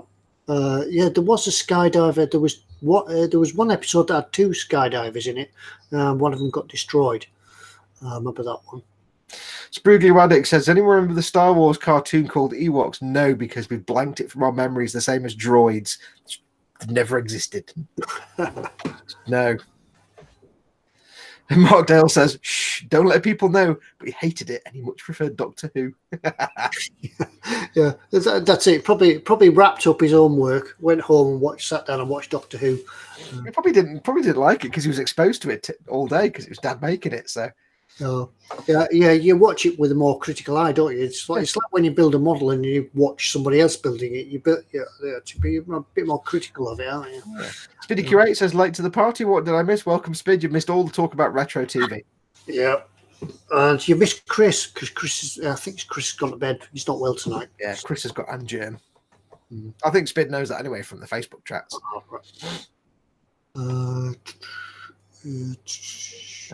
Carl says, is somebody missing? Hey, Carl. Yeah. Chris is missing. Yeah, we're all missing Chris. If Carl's in, that means it's nearly sticker time. Yeah. Chris is poorly sick, Carl. He's got a germ. Must be time for what's in store shortly, anyway. Yeah. Should we do what's in store? Should we do what's in store? Should we do what's in store? Or have we got a flow going in? Have we got a flow going in chat that we don't want to interrupt? Biddy says, how is his AN GERM doing? I think his AN GERM might now be 2 AN GERMs. Yeah. He's basically being feeble and wimpish. Yeah, he's not getting sick pay, by the way. We're not paying him sick pay, so he's. Dave Cowboy says, yeah, this week's body parts are.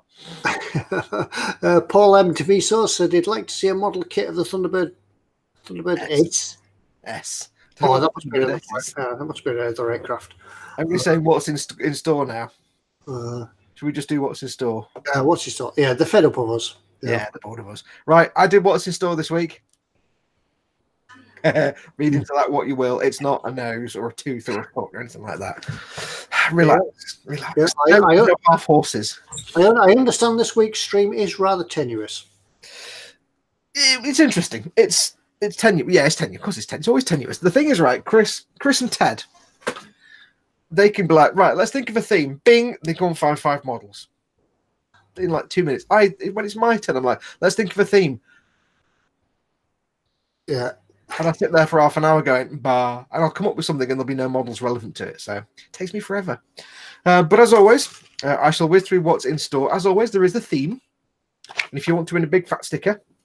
Oh, big fat sticker. It's not that shape. That's just on a piece of paper. If you want to win a big fat Mr. E sticker, you need to tell me what the theme is. Now, remember, I don't want you to type in the chat what the theme is till I have come back from what's in store and said that the theme tonight is go and told you to go, and then you can answer. If you answer before, we'll just totally ignore you and you'll have shown your hand to everybody else in chat. So before we go anywhere, to get rid of any delay between the video and the chat, you need to refresh and drag. Refresh your browser and drag the bar, or that way around. So refresh and drag. A mask will drop from the ceiling, doors will open, the chutes will fall out, and you refresh. Drag. So refresh your browser, drag the slider, and I shall do the sharing of the screens. Let me just double check I'm on the right thing. On you. I have locked it on me. I shall do the sharing of the screens. Do. Kaplonk. I shall give it a minute for people to have refreshed and dragged. Ostrix 9000 says it's plastic things that Foxx picks is the link. Did we say all that again in English, Ted? What?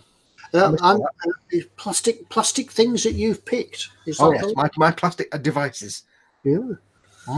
Yeah, but are they all plastic? Well, I assume so. Some of them could be made of hair or space, maybe, but I doubt it. Right, I think we've all refreshed by now anyway.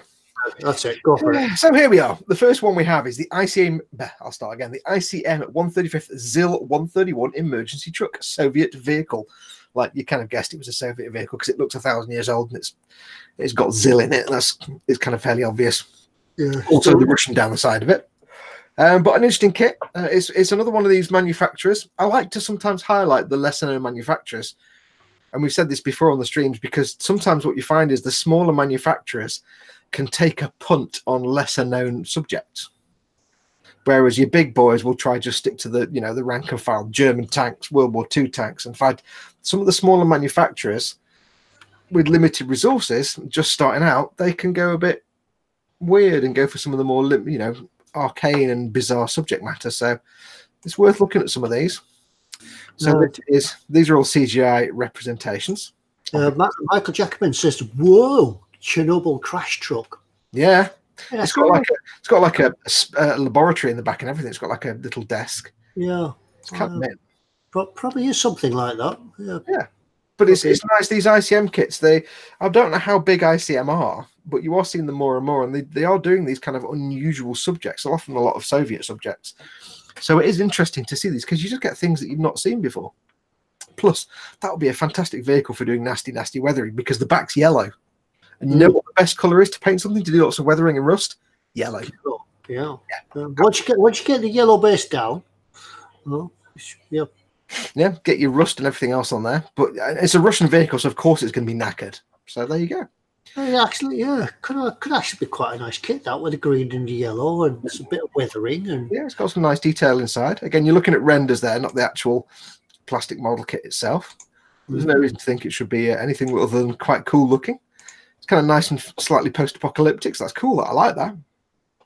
So that's the ICM 135th ZIL 131. Now remember, as always, with the stuff we show in store here, if any of this tickles your fancy, remember it's not yours till you've paid for it. So Ted, slap it in your basket. Yeah, if any of this tickles your fancy, then while you're watching the show, open a tab, stick it in your basket and get it paid for, because we don't know how many of these they've got in stock. They might have, say, 5 in stock.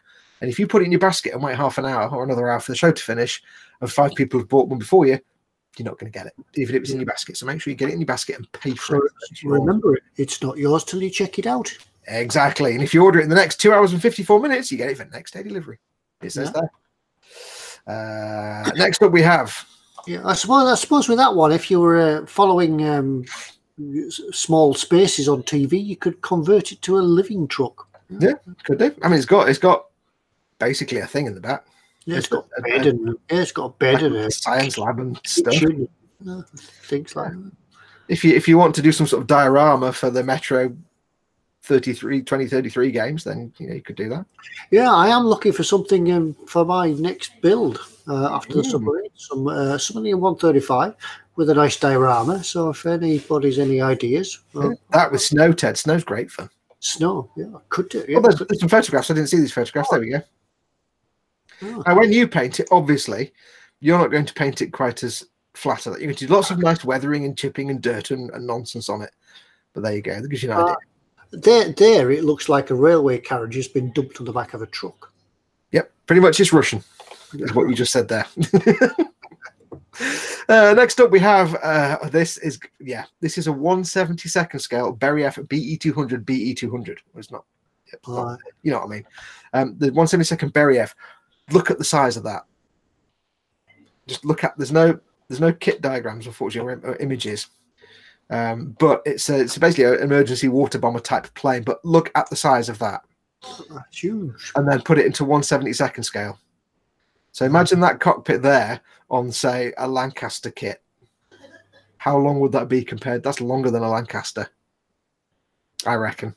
It's longer than I think we're talking Vulcan kit size there, aren't we? I don't know for sure. Yeah, as we know that aircraft is not my sort of thing, but yeah, it's going to be huge. It's a big kit in 1/72nd. Yeah, it's going to be big, any bigger. The fact it's Russian and therefore bigger than it needs to be anyway. It's really a massive, massive plane. So that looks like kind of interesting. It's 154. It's an expensive kit, but it's a proper treat kit because you're going to get a massive kit, I think, for that money. Just going back to the last kit. Bogdan Gorski says ICM is from his country, so he's the guy from Russia, isn't he? Cool. Then yeah, I did wonder because they do a lot of Soviet kits and Russian vehicles, so I did wonder if they're either perhaps Eastern European or actually from Russia. So obviously they are. But yeah, they do a lot of interesting vehicles. It's stuff that we don't often see otherwise, so it's worth checking them out. It's good that we're getting these things out there. But yeah, this thing is massive. I can imagine that will be massive. I don't know my aircraft, but it's 1/72nd scale, and just going by looking at it, I think that's even the box out there. It leaves scope for a bit of a diorama, doesn't it? You can actually make it fly and hide the support in all that water spray. Yeah, but I mean, I'm guessing now, but I think that's going to be at least the size of the classic Vulcan kits. At least, I think. So that looks like a massive, massive kit. There's no other further pictures, unfortunately, sadly. Zad's said it's 44.4 centimeters long. Wow. That's pretty big. Over a foot, isn't it? Yep. Well, like I say, my 1/500 scale space battleship Yamato is 666. So it's about 2/3 the size of that. So there you go. It's pretty big. Next up, we have another, not really heard from these guys before, but it looks interesting. we have the Mirror Models C-15TA armored ambulance from it's a Canadian military vehicle from World War One. Now I have heard of Mirror Models. Quite good kit. They produce some good stuff. Now I did look up online because obviously there's just this sort of strange image on the box art, which is very strange. I've never come across anything like this before, almost like hand drawn, pencil drawn. But I did have a look online, and the kit itself looks absolutely fantastic.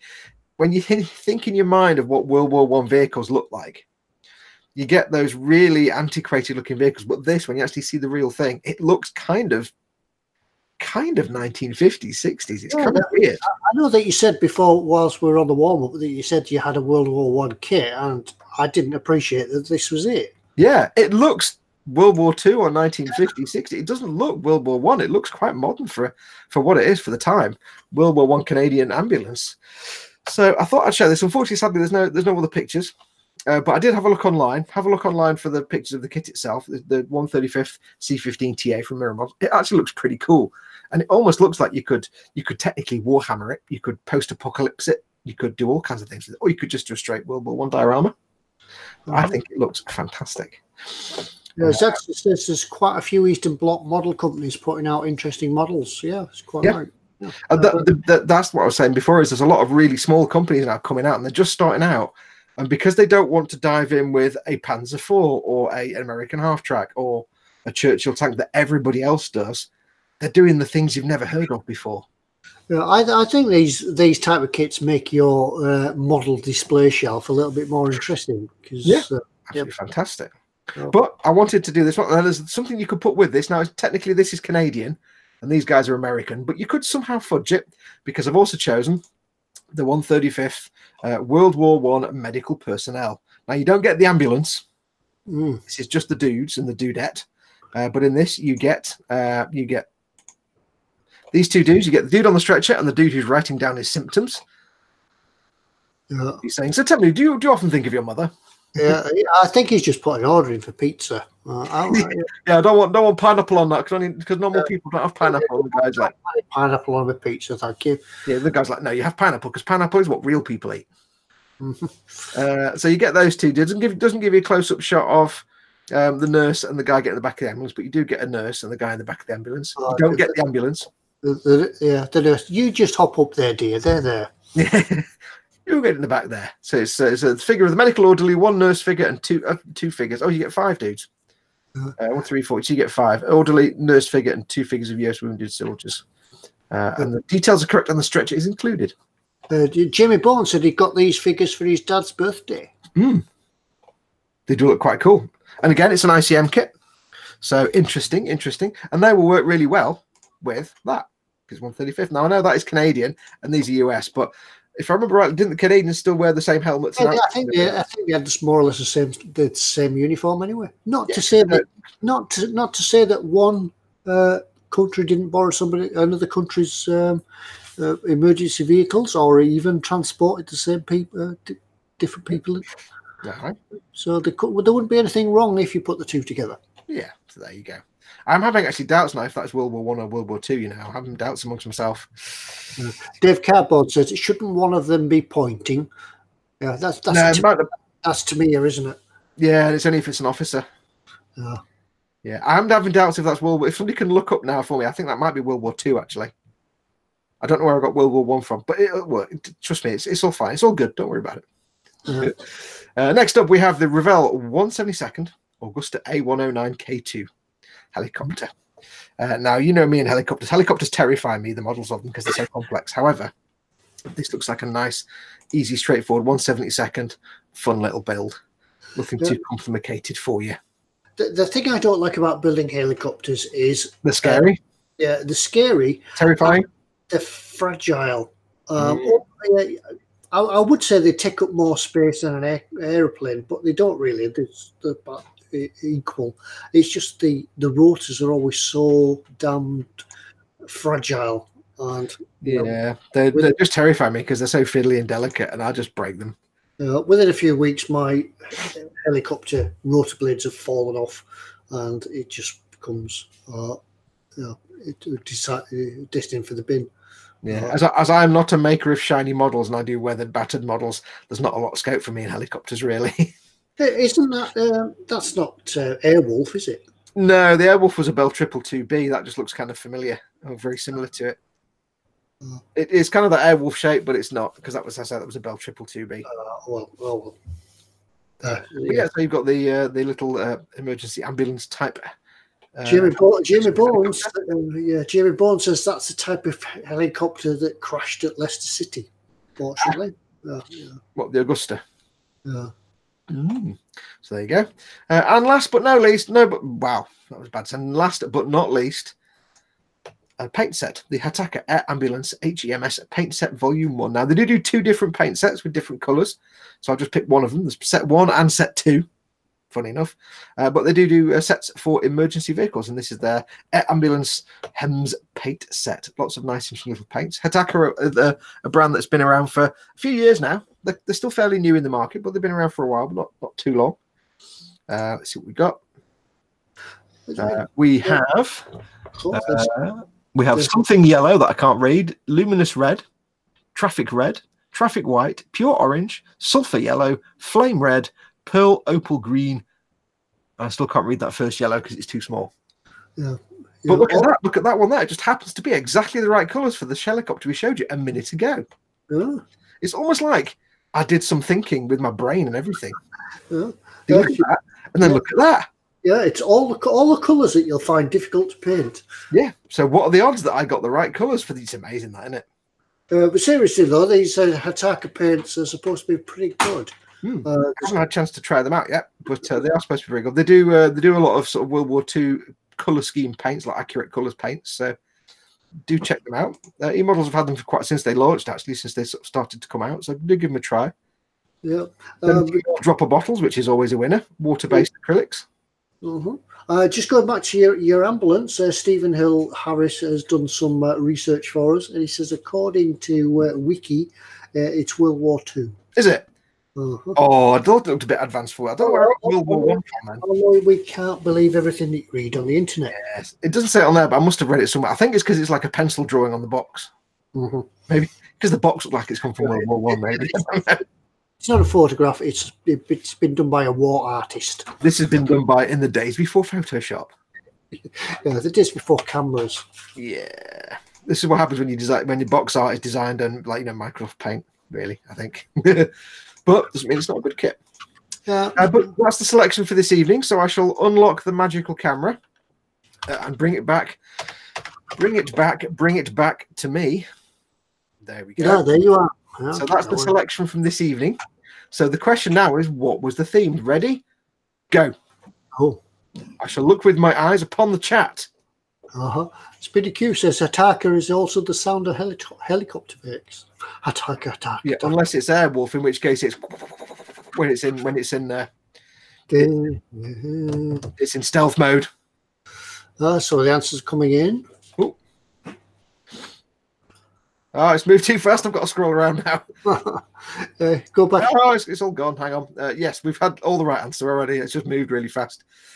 Let's have a look. Where's it gone? Michael Jackman was the first in, and he said emergency rescue things. Yes. Because emergency vehicles, and rescue and stuff like that. Yeah. Because Chris has got AN GERM. I was hoping to look up like ambulance or medicine or hospitals or girly nonsense, but they had nothing like that, so I went for emergency instead. So Michael Jackman, well done. You've got the magical theme. So just pop an email to ted@emodels.co.uk and just say that you want a big sticker, and we will at some point eventually. If I haven't, I'm not sure if I've already got an envelope with that name on.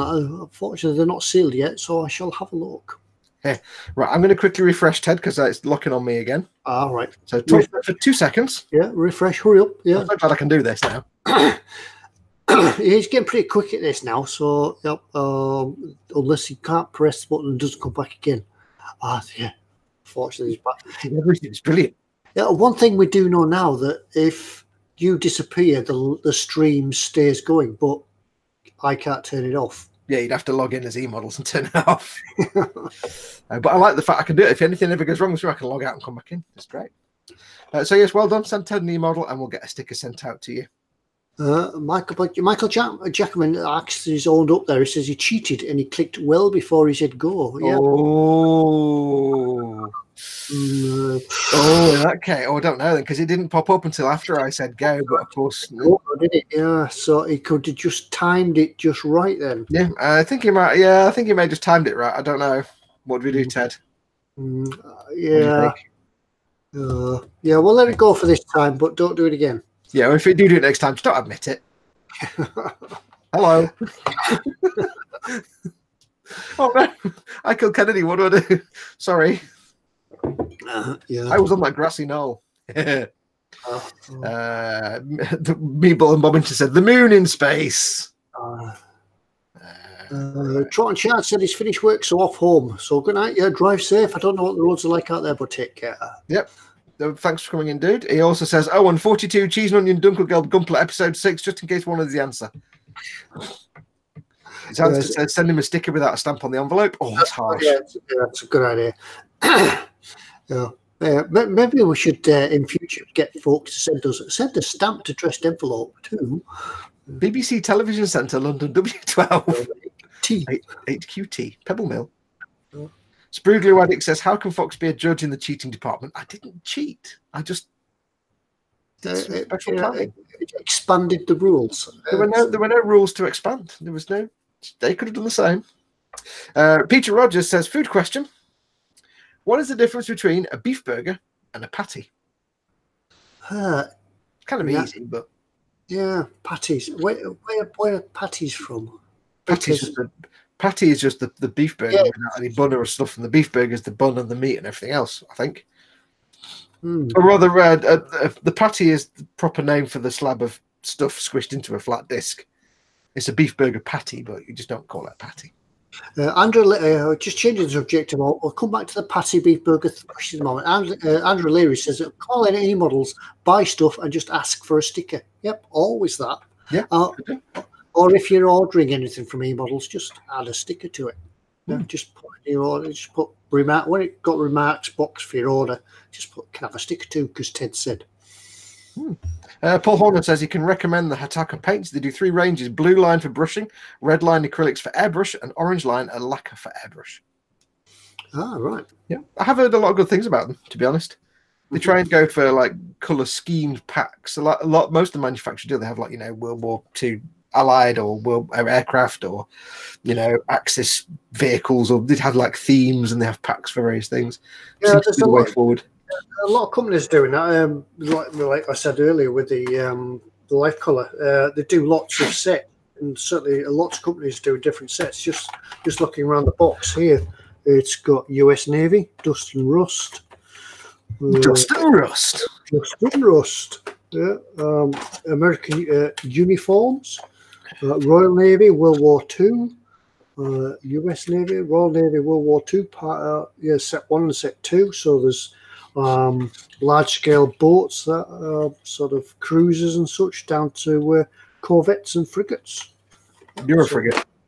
Frigate. I like that word. Carlet Maker Models comes with an information bomb, a knowledge bomb for us. He says, patty is a flattened portion of ground meat, usually round but sometimes square in shape, while a hamburger is a hot sandwich consisting of a patty of cooked ground beef. If it was a hamburger, it would be ham, not beef. No, hamburger is the same as a beef burger. It's to do with the place Hamburg, not the actual, if I remember rightly. Okay, yeah. In a sliced, he finishes, in a sliced bun, sometimes also containing salad vegetables. Yeah, the healthy option. That's just to make you think you're getting a healthy meal. Ted's gone home. Ted's got bored. I was just checking if. Thanks. Bye, Ted. Bye. I was checking if the fire had gone out. All right. Crazy Fools says, when are you starting on the U-boat, Foxx? I've already started filming. There's a lot in there rattling around. I've already started the filming. I just haven't started the actual building yet. That's going to be in the next day or two. I've got half an episode filmed so far. I'm opening the box and telling you what's going to happen and things. So that's been done so far. Let's have a look. Question: how do you get a mug? Says Andrew Leary. Well, there's 2 ways you can get a mug. One that you can win one on here. I'm doing things in my little window, and people can't see my little window because only 2 of them. Yeah, one of the ways is you can win a mug on here. if you're lucky. And we'll get the guys at eModels to send them out. That's if they've got any left. We did hear that they did have a restock, but they've had a big waiting list of people to send them out to, so whether they've got any left. Another way is to go to the eModels website and order one. Not free, but you can get them at cost. I'm just splashing everything on there. You can get them at cost. Wasting gin, Ted. Wasting gin, spilling gin. Get them at cost with free postage. So there you go. Or you can just wait till we do the question in a minute and see if you can win one. But if you don't worry, you can get one from the website. But they do sell them at cost, whatever it costs them to get them made, and they just charge you that. They don't charge you any extra. So they don't make any profit on 10 mugs. Talking of that, shall we do some stickeries and muggings? Yeah, we'll do that. Let me just check the checking of the emails. Yep.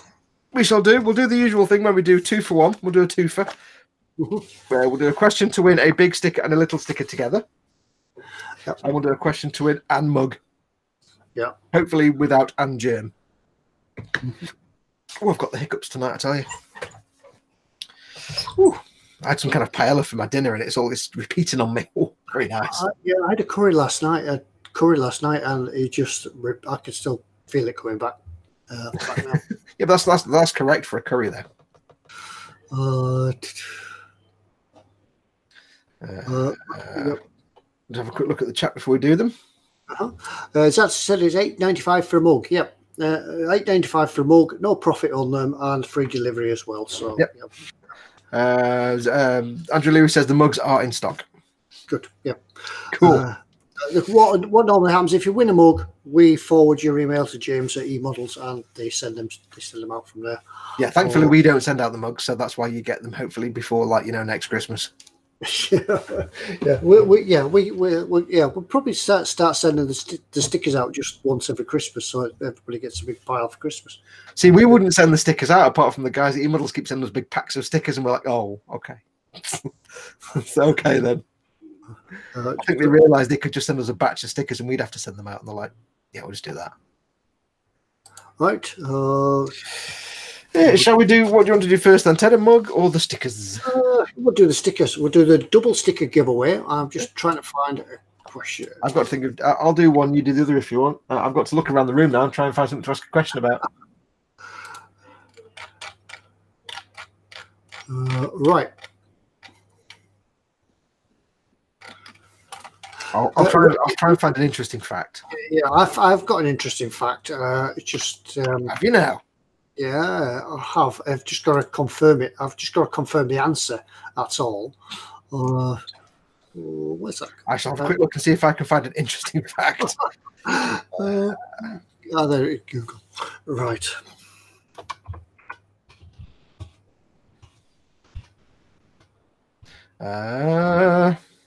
Right, here we are. It's mentioned earlier, a question. All you have to do is fastest finger, really, I guess, because you might, if you don't already know it, or if you weren't watching the chat, it was mentioned in chat a little while ago. So if you're watching, the answer could be in there. A short time ago, I mentioned that the models that I would perhaps like to build in the future would be the Titanic. However, I did say it would be a big model.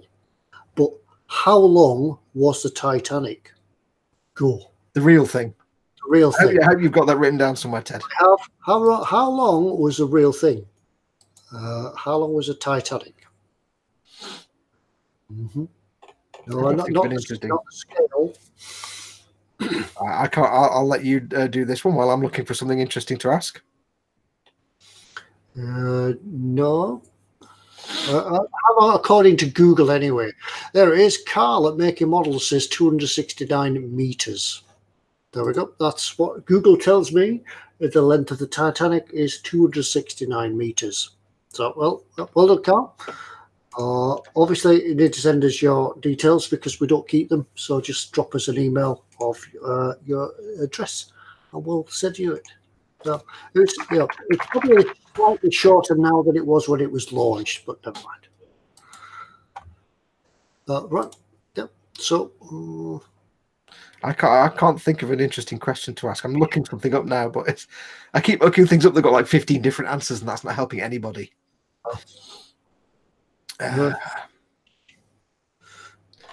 Well done, Carl. Jamie Byrne asks question: what is the chemical makeup of cheese? Depends. And Stephen Hill Harris says CHZ, big C, little H Z. I like that one.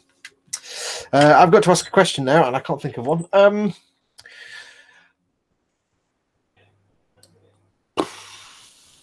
not planned. I'm not planned, Ted. Yeah, I think keep talking while I get my brain in gear. Yeah, I've got another question. Have you? You can do if you want. If you've got another question to ask. That was for a sticker, by the way, Carl. Yes, that was for a sticker pair. All right. Right. Another length question. Okay, this is for.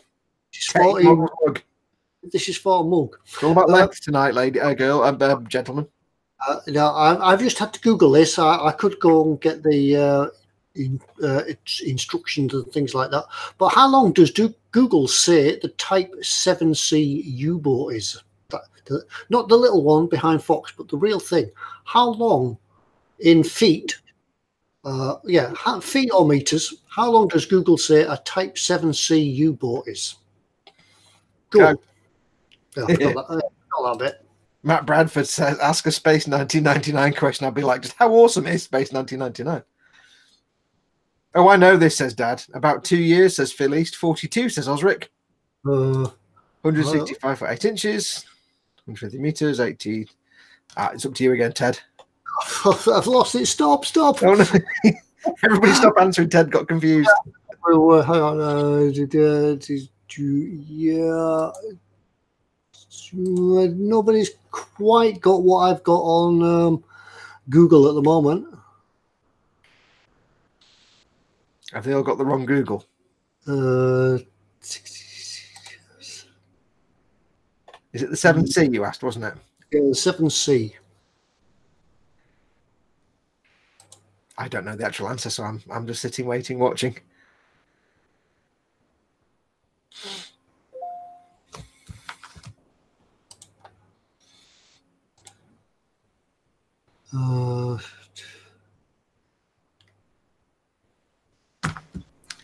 There's nobody got it yet. Well, I'll take that one. I think Angus Allett says 68 meters, which is it says in Google 68.7 meters. So there was, some people a little bit short, but I think that'll come in. I think Angus Allett, it's 68 meters. That's the nearest one, isn't it? Yeah, it does say 225 feet, which somebody was saying 220 feet, but that's just what I'm going by Google, because we don't do any research. We don't any research of any kind whatsoever. I just typed in the length of a Type 7C U-boat, and it came up with 225.4 feet, 68.7 meters. It's got a beam of 22 feet and a draft of 16. It's only got a draft of 16.7 feet. That's quite surprising. So well done, Angus. Just pop an email to ted@emodels.co.uk and say, hey, I want a mug, and we will forward that on to the guys at eModels and get them to send out the mug for you. Well done.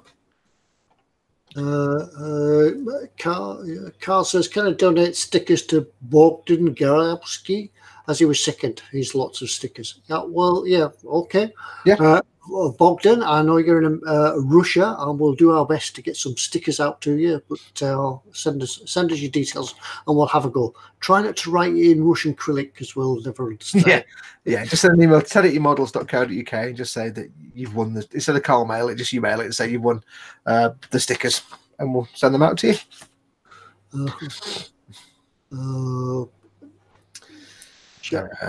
Ukraine, but I live in the UK. Okay, that's even cheaper. Even better. That's all right then. I was just thinking that trying to get them through the Russian postal system when what is this? Get seized at customs. More gin, Ted. More gin. Well done to everybody who won stickeries and muggeries. Well, good work. We're on it's a little bit difficult tonight without Chris being I know. here. So back to the old school of just the two of us. How do we manage it? Just the two. Oh, I can't sing that. It's copyright. How do we manage all them years ago when it was just two of us? I don't know. Seems strange. I think you just wound me up and set me off, and I just went for 2 hours. You just sat there and had a cup of tea. Yeah, so we've got a little bit of time left before we call it a night. So it's up to you guys really, because this is your live stream. It's up to you to sort of set the subjects and things, and we just facilitate your chat between yourself. For the love of dog, give us something to talk about for the last otherwise half hour. Yeah, or I might just go make a brew. Well, here you go then. What did everyone have for their dinner? What did everyone have? Or if you've not had your dinner yet, if you're in a part of the world where you've not eaten yet, what will you be having for your dinner? Right. Do you know what we hold? Yesterday was Sunday, obviously, and we always have a roast on a Sunday. So do you know what follows up the next day? Bubble and squeak. Oh, not a bubble and squeaks for many, many years. Yeah, gotta have bubble and squeak. So always follows a Sunday roast. Bubble and squeak. See, I remember that I've actually not had bubble. It's almost as long as since I had what we used to call Dad's Mess. My dad used to make this meal called Dad's Mess, and sadly, when he passed away, he took the recipe with him, and none of us have got a clue how to make it. And it was basically just like rice and some veggies and some kind of processed meat cut into tiny cubes, and it was fried, and there was other things, and it was just delicious. But none of us know how he made it. But yeah, almost as long as since I've had that, I've not had bubble and squeak. Bubble and squeak with gravy. While people are answering, Dave Cardboard says, if resin is so dangerous, how are they allowed to sell it? It's only dangerous if you inhale the dust. Same way as if you're filing metal and you inhale metal powder, it'd be horrible for you. It's one of those things that it's not dangerous if you've got the resin, but if you're sanding it, I mean, anything that you inhale is dangerous. Plastic's the same. Yeah, I suppose it's the same as asbestos. Asbestos isn't dangerous until it's broken up and becomes particles in the air and things like that. But it's just one of those things that it's not by default dangerous unless you powderize it. But same as whether it was metal or plastic or anything. I mean, like I say, if you're making a plastic kit, theoretically, if you're sanding a plastic kit, you should really wear a respirator because it's still harmful. It's just plastic is bad for you, resin is bad for you, and also carcinogenic, and also forms really pointy little sharp needle things. It's not right. Just it's the same as saying, lacquers are harmful and toxic, but you're allowed to spray them in your house because you can buy them for your models. It's the same thing. I suppose we'll look behind you there, Foxx, and the amount of toxic or poisonous chemicals. All of them. All of them. Right, we have some food. People listed. Yeah, I think that's probably why most products are labelled not for sale to people under 16 because of the rules. Yeah, I mean, a lot of the stuff is age gated anyway, so not resin though, not resin for right. What did everyone have for tea? What people been eating, Ted? Yeah, spag bol. Oh yeah. Fish pie. Fish pie. Fish pie. Yeah, it depends what fish and how it's done. Sausage. If the fish is like beef, that'd be good. Sausage, mash and beans. Oh yeah. Good old basic British tea. Yeah. Do you get your sausages and stand them up in the mash? Yeah, like that, curved outwards. Yeah. A reservoir of gravy in the middle. Desperate down at cow pie. Make a little volcano so you have gravy in the middle. Lasagna, homemade mincemeat pie. Crazy Fools had something similar. He had pie and chips, salad and kebab meat. I think he means salad. No, it could be Norwegian, so it could be that fish, couldn't it? I think he probably just means salad. I have to say, by the way, it's really sad because over the last sort of 5 to 10 years, I've developed an intolerance for pie crust. I used to love pies of any kind, but as I've got older, if I eat a pie now, the crust just gives me acid from hell for like the whole day. So I can't eat pie anymore. It's really, I can eat puddings like steak and kidney pudding, but I can't eat pastry. It just gives me the acid from hell. I don't know why, and it makes me sad. All this pies is making me hungry, but I couldn't eat them if I wanted. I'm afraid that since I suffered my stroke, there's one or two things that I can't eat now just because it gives me acid and horrible, and I can taste it for days. Turnip and green beans and carrots, says Spinach. Bacon, egg, and mushroom and spaghetti oops. Spaghetti oops. It's Wednesday. It's 7:30. I'm having oops. I'm having oops. Spaghetti oops. You can't go wrong with oops. I've got a tin of oops downstairs. Slow cooked gammon and cola and spices. Ooh, yeah, Coca-Cola. We made a terrible mistake once. We often make gammon and we often slow cook it with Coke in the thing, and it tastes real. We tried it once with Guinness. It was interesting. Wasn't fantastic, but don't ever try to make it slow cook a gammon in Dr. Pepper. Just trust me, don't ever try it. Just no. Well, did the labels come off or something? It was. We didn't put it this way. We didn't eat gammon for dinner that night. No, it doesn't. It works with Coca-Cola. Does not work with Dr. Pepper. It was wrong. Yeah, I think the wife does it. Gammon in cola. Yeah, slow cook it. Yeah, you want roller cola. Roller cola works best. Yeah. Paul Di Tomaso's having KFC. Sandy Bones says he had beef patties. Oh, beef patties. And then the Sunrise is having KFC as well. Peter Rogers says, did the Germans put towels out on the decks when they surfaced their U-boats? I don't think they ever took them in. They were still there. They were still, yeah. Sergeant Bones says he had beef patties, but oddly enough, lunch was wicked. Noodles with kimchi. Yeah. Carl Bloomer had cheesy chips and beans. Oh, yeah. You can get that from the chip shop now, can't you? Yep. Yeah. Anders Ericsson confirms he meant salad. Oh, right. It wasn't some sort of strange fish that they eat over. No. Pete Rogers has gone on Coronation Street and had egg chips and beans with bread and butter. Oh, that's real Coronation Street. That's like Kev sat there eating. He's going back to the 80s. Mum watches 80s Coronation Street every day. That's like watching Kev sitting there eating his egg chips and beans. Throwing a high pitch at Sally because he's having a shout about something as usual. Yeah, but now then, when you go to the chip shop, you can often buy buttered buns, but they're never as good as by the time you get your chips home and you make your own bread and butter. Yeah, it's because they're barm cakes and they've just been sat in the thing for ages and they're a bit. Yeah, your own bread. And if you're going to make sandwiches with anything like that, you want the Warburton's orange loaf, the orange wrapped. Best one to have. Lash into butter, put your chips on, then you've got to squash 2 pieces of bread together. Oh yeah. Yeah. Oh yeah. Oh yeah. I tell you what, over the years I've got older and my belly's expanded slightly. I've developed the skill of making sandwiches out of anything. Doesn't matter what I'm having for dinner, I'll make a sandwich out of it. It's not soup. I'll get it in a sandwich somehow. It's like the days of the school trip, innit? When you used to go out on a school trip and your mum had to make you a pack up, she used to make you cheese and smart sandwiches. Yeah. The bread would be squashed into your sandwich box or wrapped in your tin foil. It would be squashed. And it gone sweaty. Yeah. And by the time you put it in your bag and sat on your bag to the time you've been out on your school trip, they were gorgeous because the tomatoes had squashed into the bread. Can't live it. It worked for me, that one. None of that is appetizing to me at all. Yeah. I remember like you get your packed lunch when I was at primary school, and it'd be like most days it'd be really good, but every now and then you get to school and you'd have just like beef paste sandwiches, and you'd be like, oh, it's not fun in any way, shape, or form.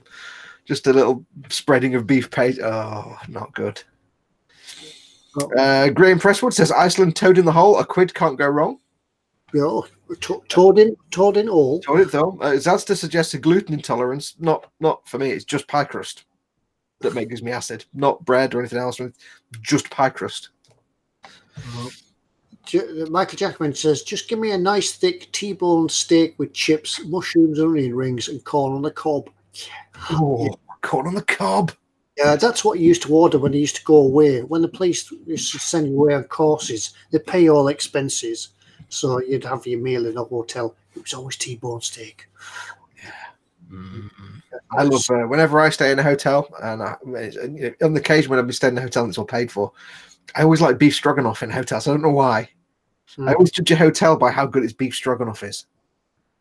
Are you one of these as well that when you go to a hotel, normally when you're at home, you just have maybe a piece of toast or cornflakes for breakfast? When you go to a hotel, it's got to be the full English, as though it's something you've always have.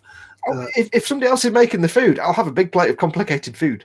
Yeah. If I'm making the food, it'll be a box or something in the microwave. And I particularly like the type of hotels where it's a buffet breakfast, so you can go as often as you like. Oh yeah, I like that. Just pick up a. I'm ultimately lazy. If I've got like 3 different things, they're all really easy to make. I'll just combine them. Like tonight, I had this paella that you put in the frying pan and heat for like 8 minutes, and it's like prawn and chicken, and it's dead nice. And I also had a can of Heinz macaroni cheese, so I just it's odd, but it worked. So obviously, Dad there, he likes the soggy tomato flavored butties as well. Yeah, nothing better. Oh, I have to pass on something that I learned this week, by the way, to the audience. I learned the most delightful Welsh slang phrase this week. Now, it's not actually technically accurately Welsh slang, but it's kind of sort of Welsh slang. It's sort of correct, and it's maybe a little bit used a little bit. But I learned a Welsh slang name for a microwave. And when I read it, I couldn't stop giggling. I was trying to tell Mama Foxx, and I couldn't stop giggling my head off. The Welsh word for microwave is microdon. Don is wave, and micro is micro, so microdon. But there is a light-hearted sort of slang word or name for a microwave, and it's based on the fact that in Welsh, an oven is popty. Popty is the Welsh word for oven. So a microwave is a popty ping. Because it's a popty, it's an oven that goes ping, so it's popty ping. And I'm like, popty ping, that is the best phrase I've ever heard in my entire life. Popty, Xanster says popty ping is a myth. Just as I finished saying that, I kind of thought it wasn't real, but it still sounds fantastic. A myth put about by QI, in fact. Could be. Well, it was actually put about by a guy in comments on Eurogame that I read and then went and followed it on. But it does sound fantastic. Popty ping. I'm like, I'm going to use that from now. Where's my tea? It's in the popty ping. It just sounds so quintessentially Welsh, doesn't it? Because then I read that, and then I had to go and find out what it meant, and then I went on to a site that gave me like the 10 most fun Welsh phrases, and then just went from there. I had 3 hours of just going through Google whacking. But popty ping, it just sounds so fantastic. Yeah, it's lovely. I wish I could do a Welsh accent. I can't, and I'm not even going to try. Yeah, I must try that next time Skylar or somebody asks, "Where's my tea, Grandad?" In the popty ping. It just sounds fantastic. It's in the popty ping. There you go. So yeah, he says that it's a myth from QI, but it seems to have caught on because it sounds awesome. It's in the popty ping. Just go back to what everybody else has for breakfast and things. I think he's gone to breakfast now.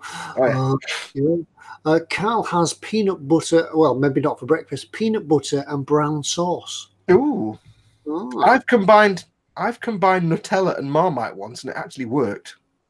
Because I didn't have enough for a Marmite sandwich or a Nutella sandwich, so but I had enough for a bit of both on one piece of bread, so I made a half and half, and it was strangely comforting. I don't like either of those. I couldn't do that. Whereas Pete Rogers says his wife has peanut butter and tomato ketchup. Ooh, I like peanut butter and jam, or jelly, as our American cousins say. I do actually I don't really like peanut butter, but put jam in it, and that's really nice. I can eat peanut butter and jelly all day, no problem. And I feel wrong calling it peanut butter and jam because it's an American thing, but we don't call it jam. It's weird. They used to have tomato and cucumber sarnies at school, and an orange club biscuit. Oh yeah, I remember the orange club biscuit. Yeah. Well, when I was at school, it was more like United biscuits, but when they were a proper size and you could nibble all the chocolate from around the edges. Yeah, but Ted, the thing is that they've never changed size. It's that your head's got bigger. Right. Our heads were much smaller in those days. Yeah, well, we could start the debate off here. Are wagon wheels smaller, or have we just got bigger? Yeah. We have Dave Cardboard mentions toast toppers. Toast toppers. Yeah. They were nuclear inside your mouth. Yeah, they were just delightful. Toast toppers and crispy Findus pancakes. Oh, the best in the world. The 70s were fantastic because everything was toxic. It's brilliant.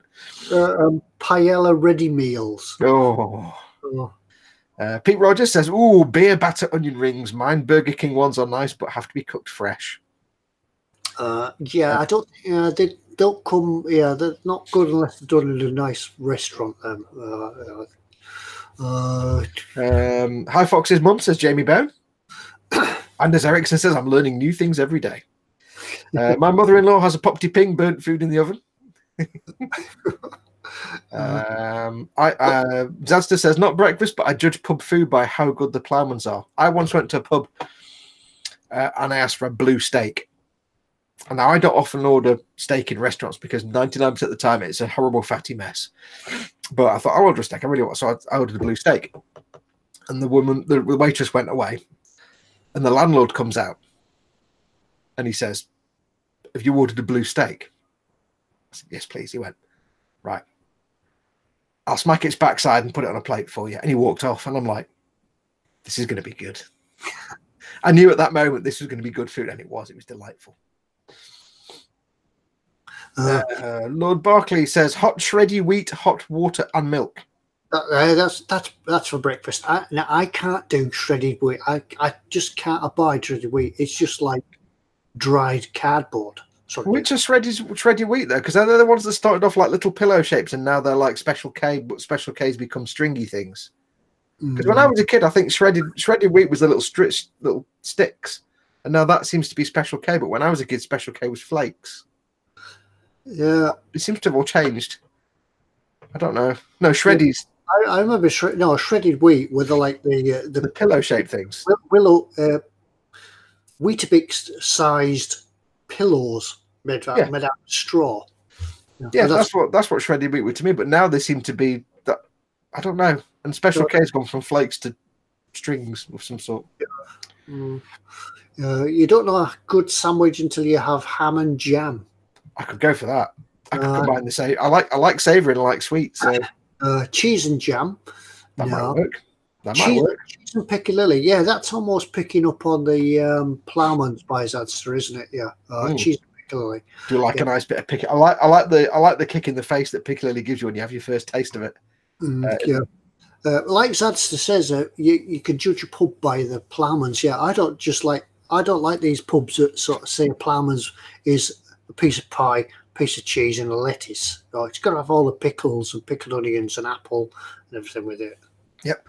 Paul Di Tommaso says peanut butter and potato crisp sandwich, but what flavour crisps? That's the important bit. Timber says Vesta chow mein. Oh, classy filth. Yeah, that was it. The first ready meals, weren't they?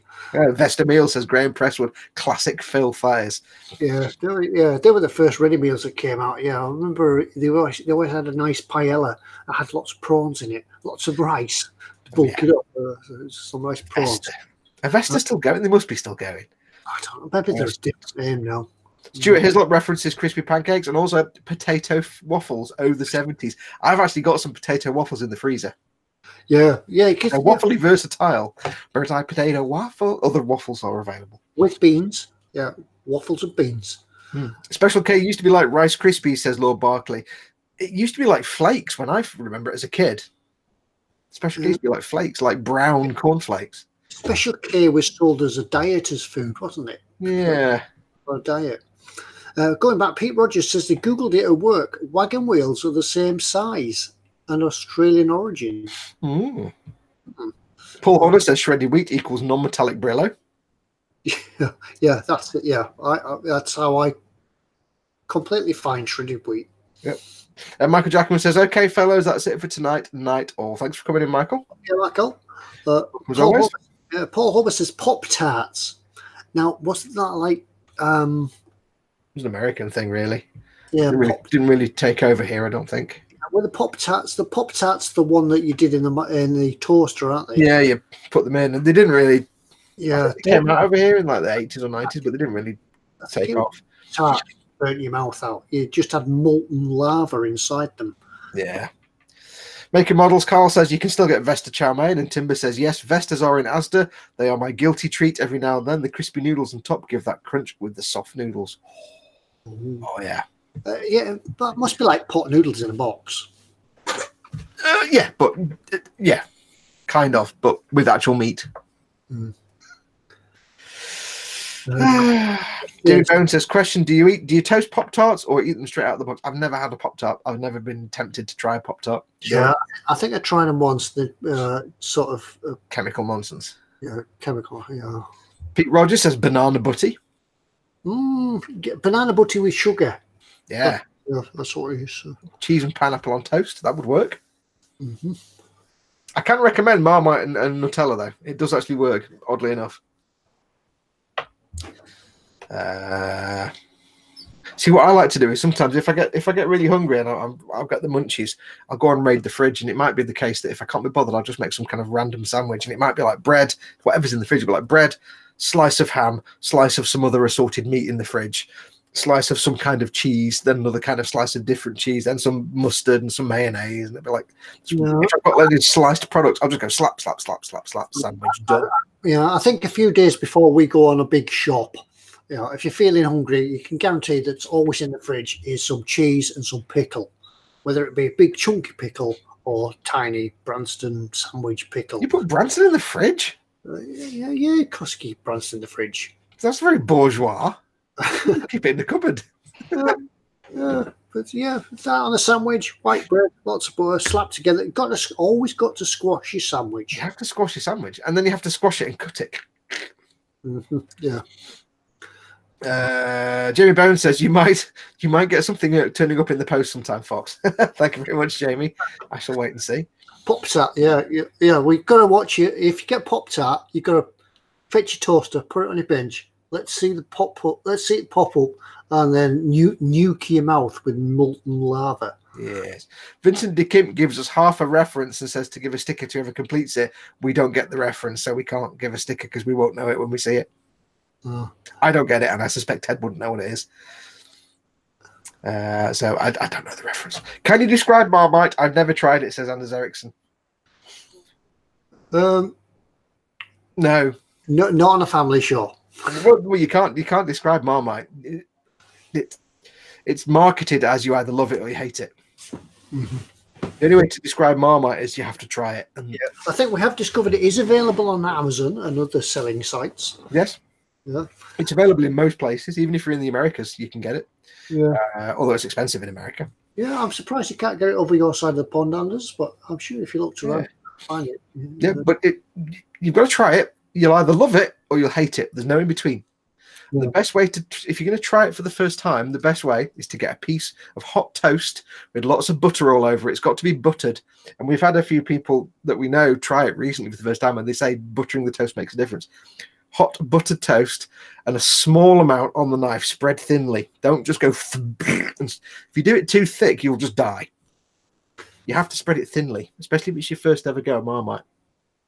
And just accept the fact that whatever you think the moment you take your first bite, that's your opinion of Marmite for the rest of your entire life.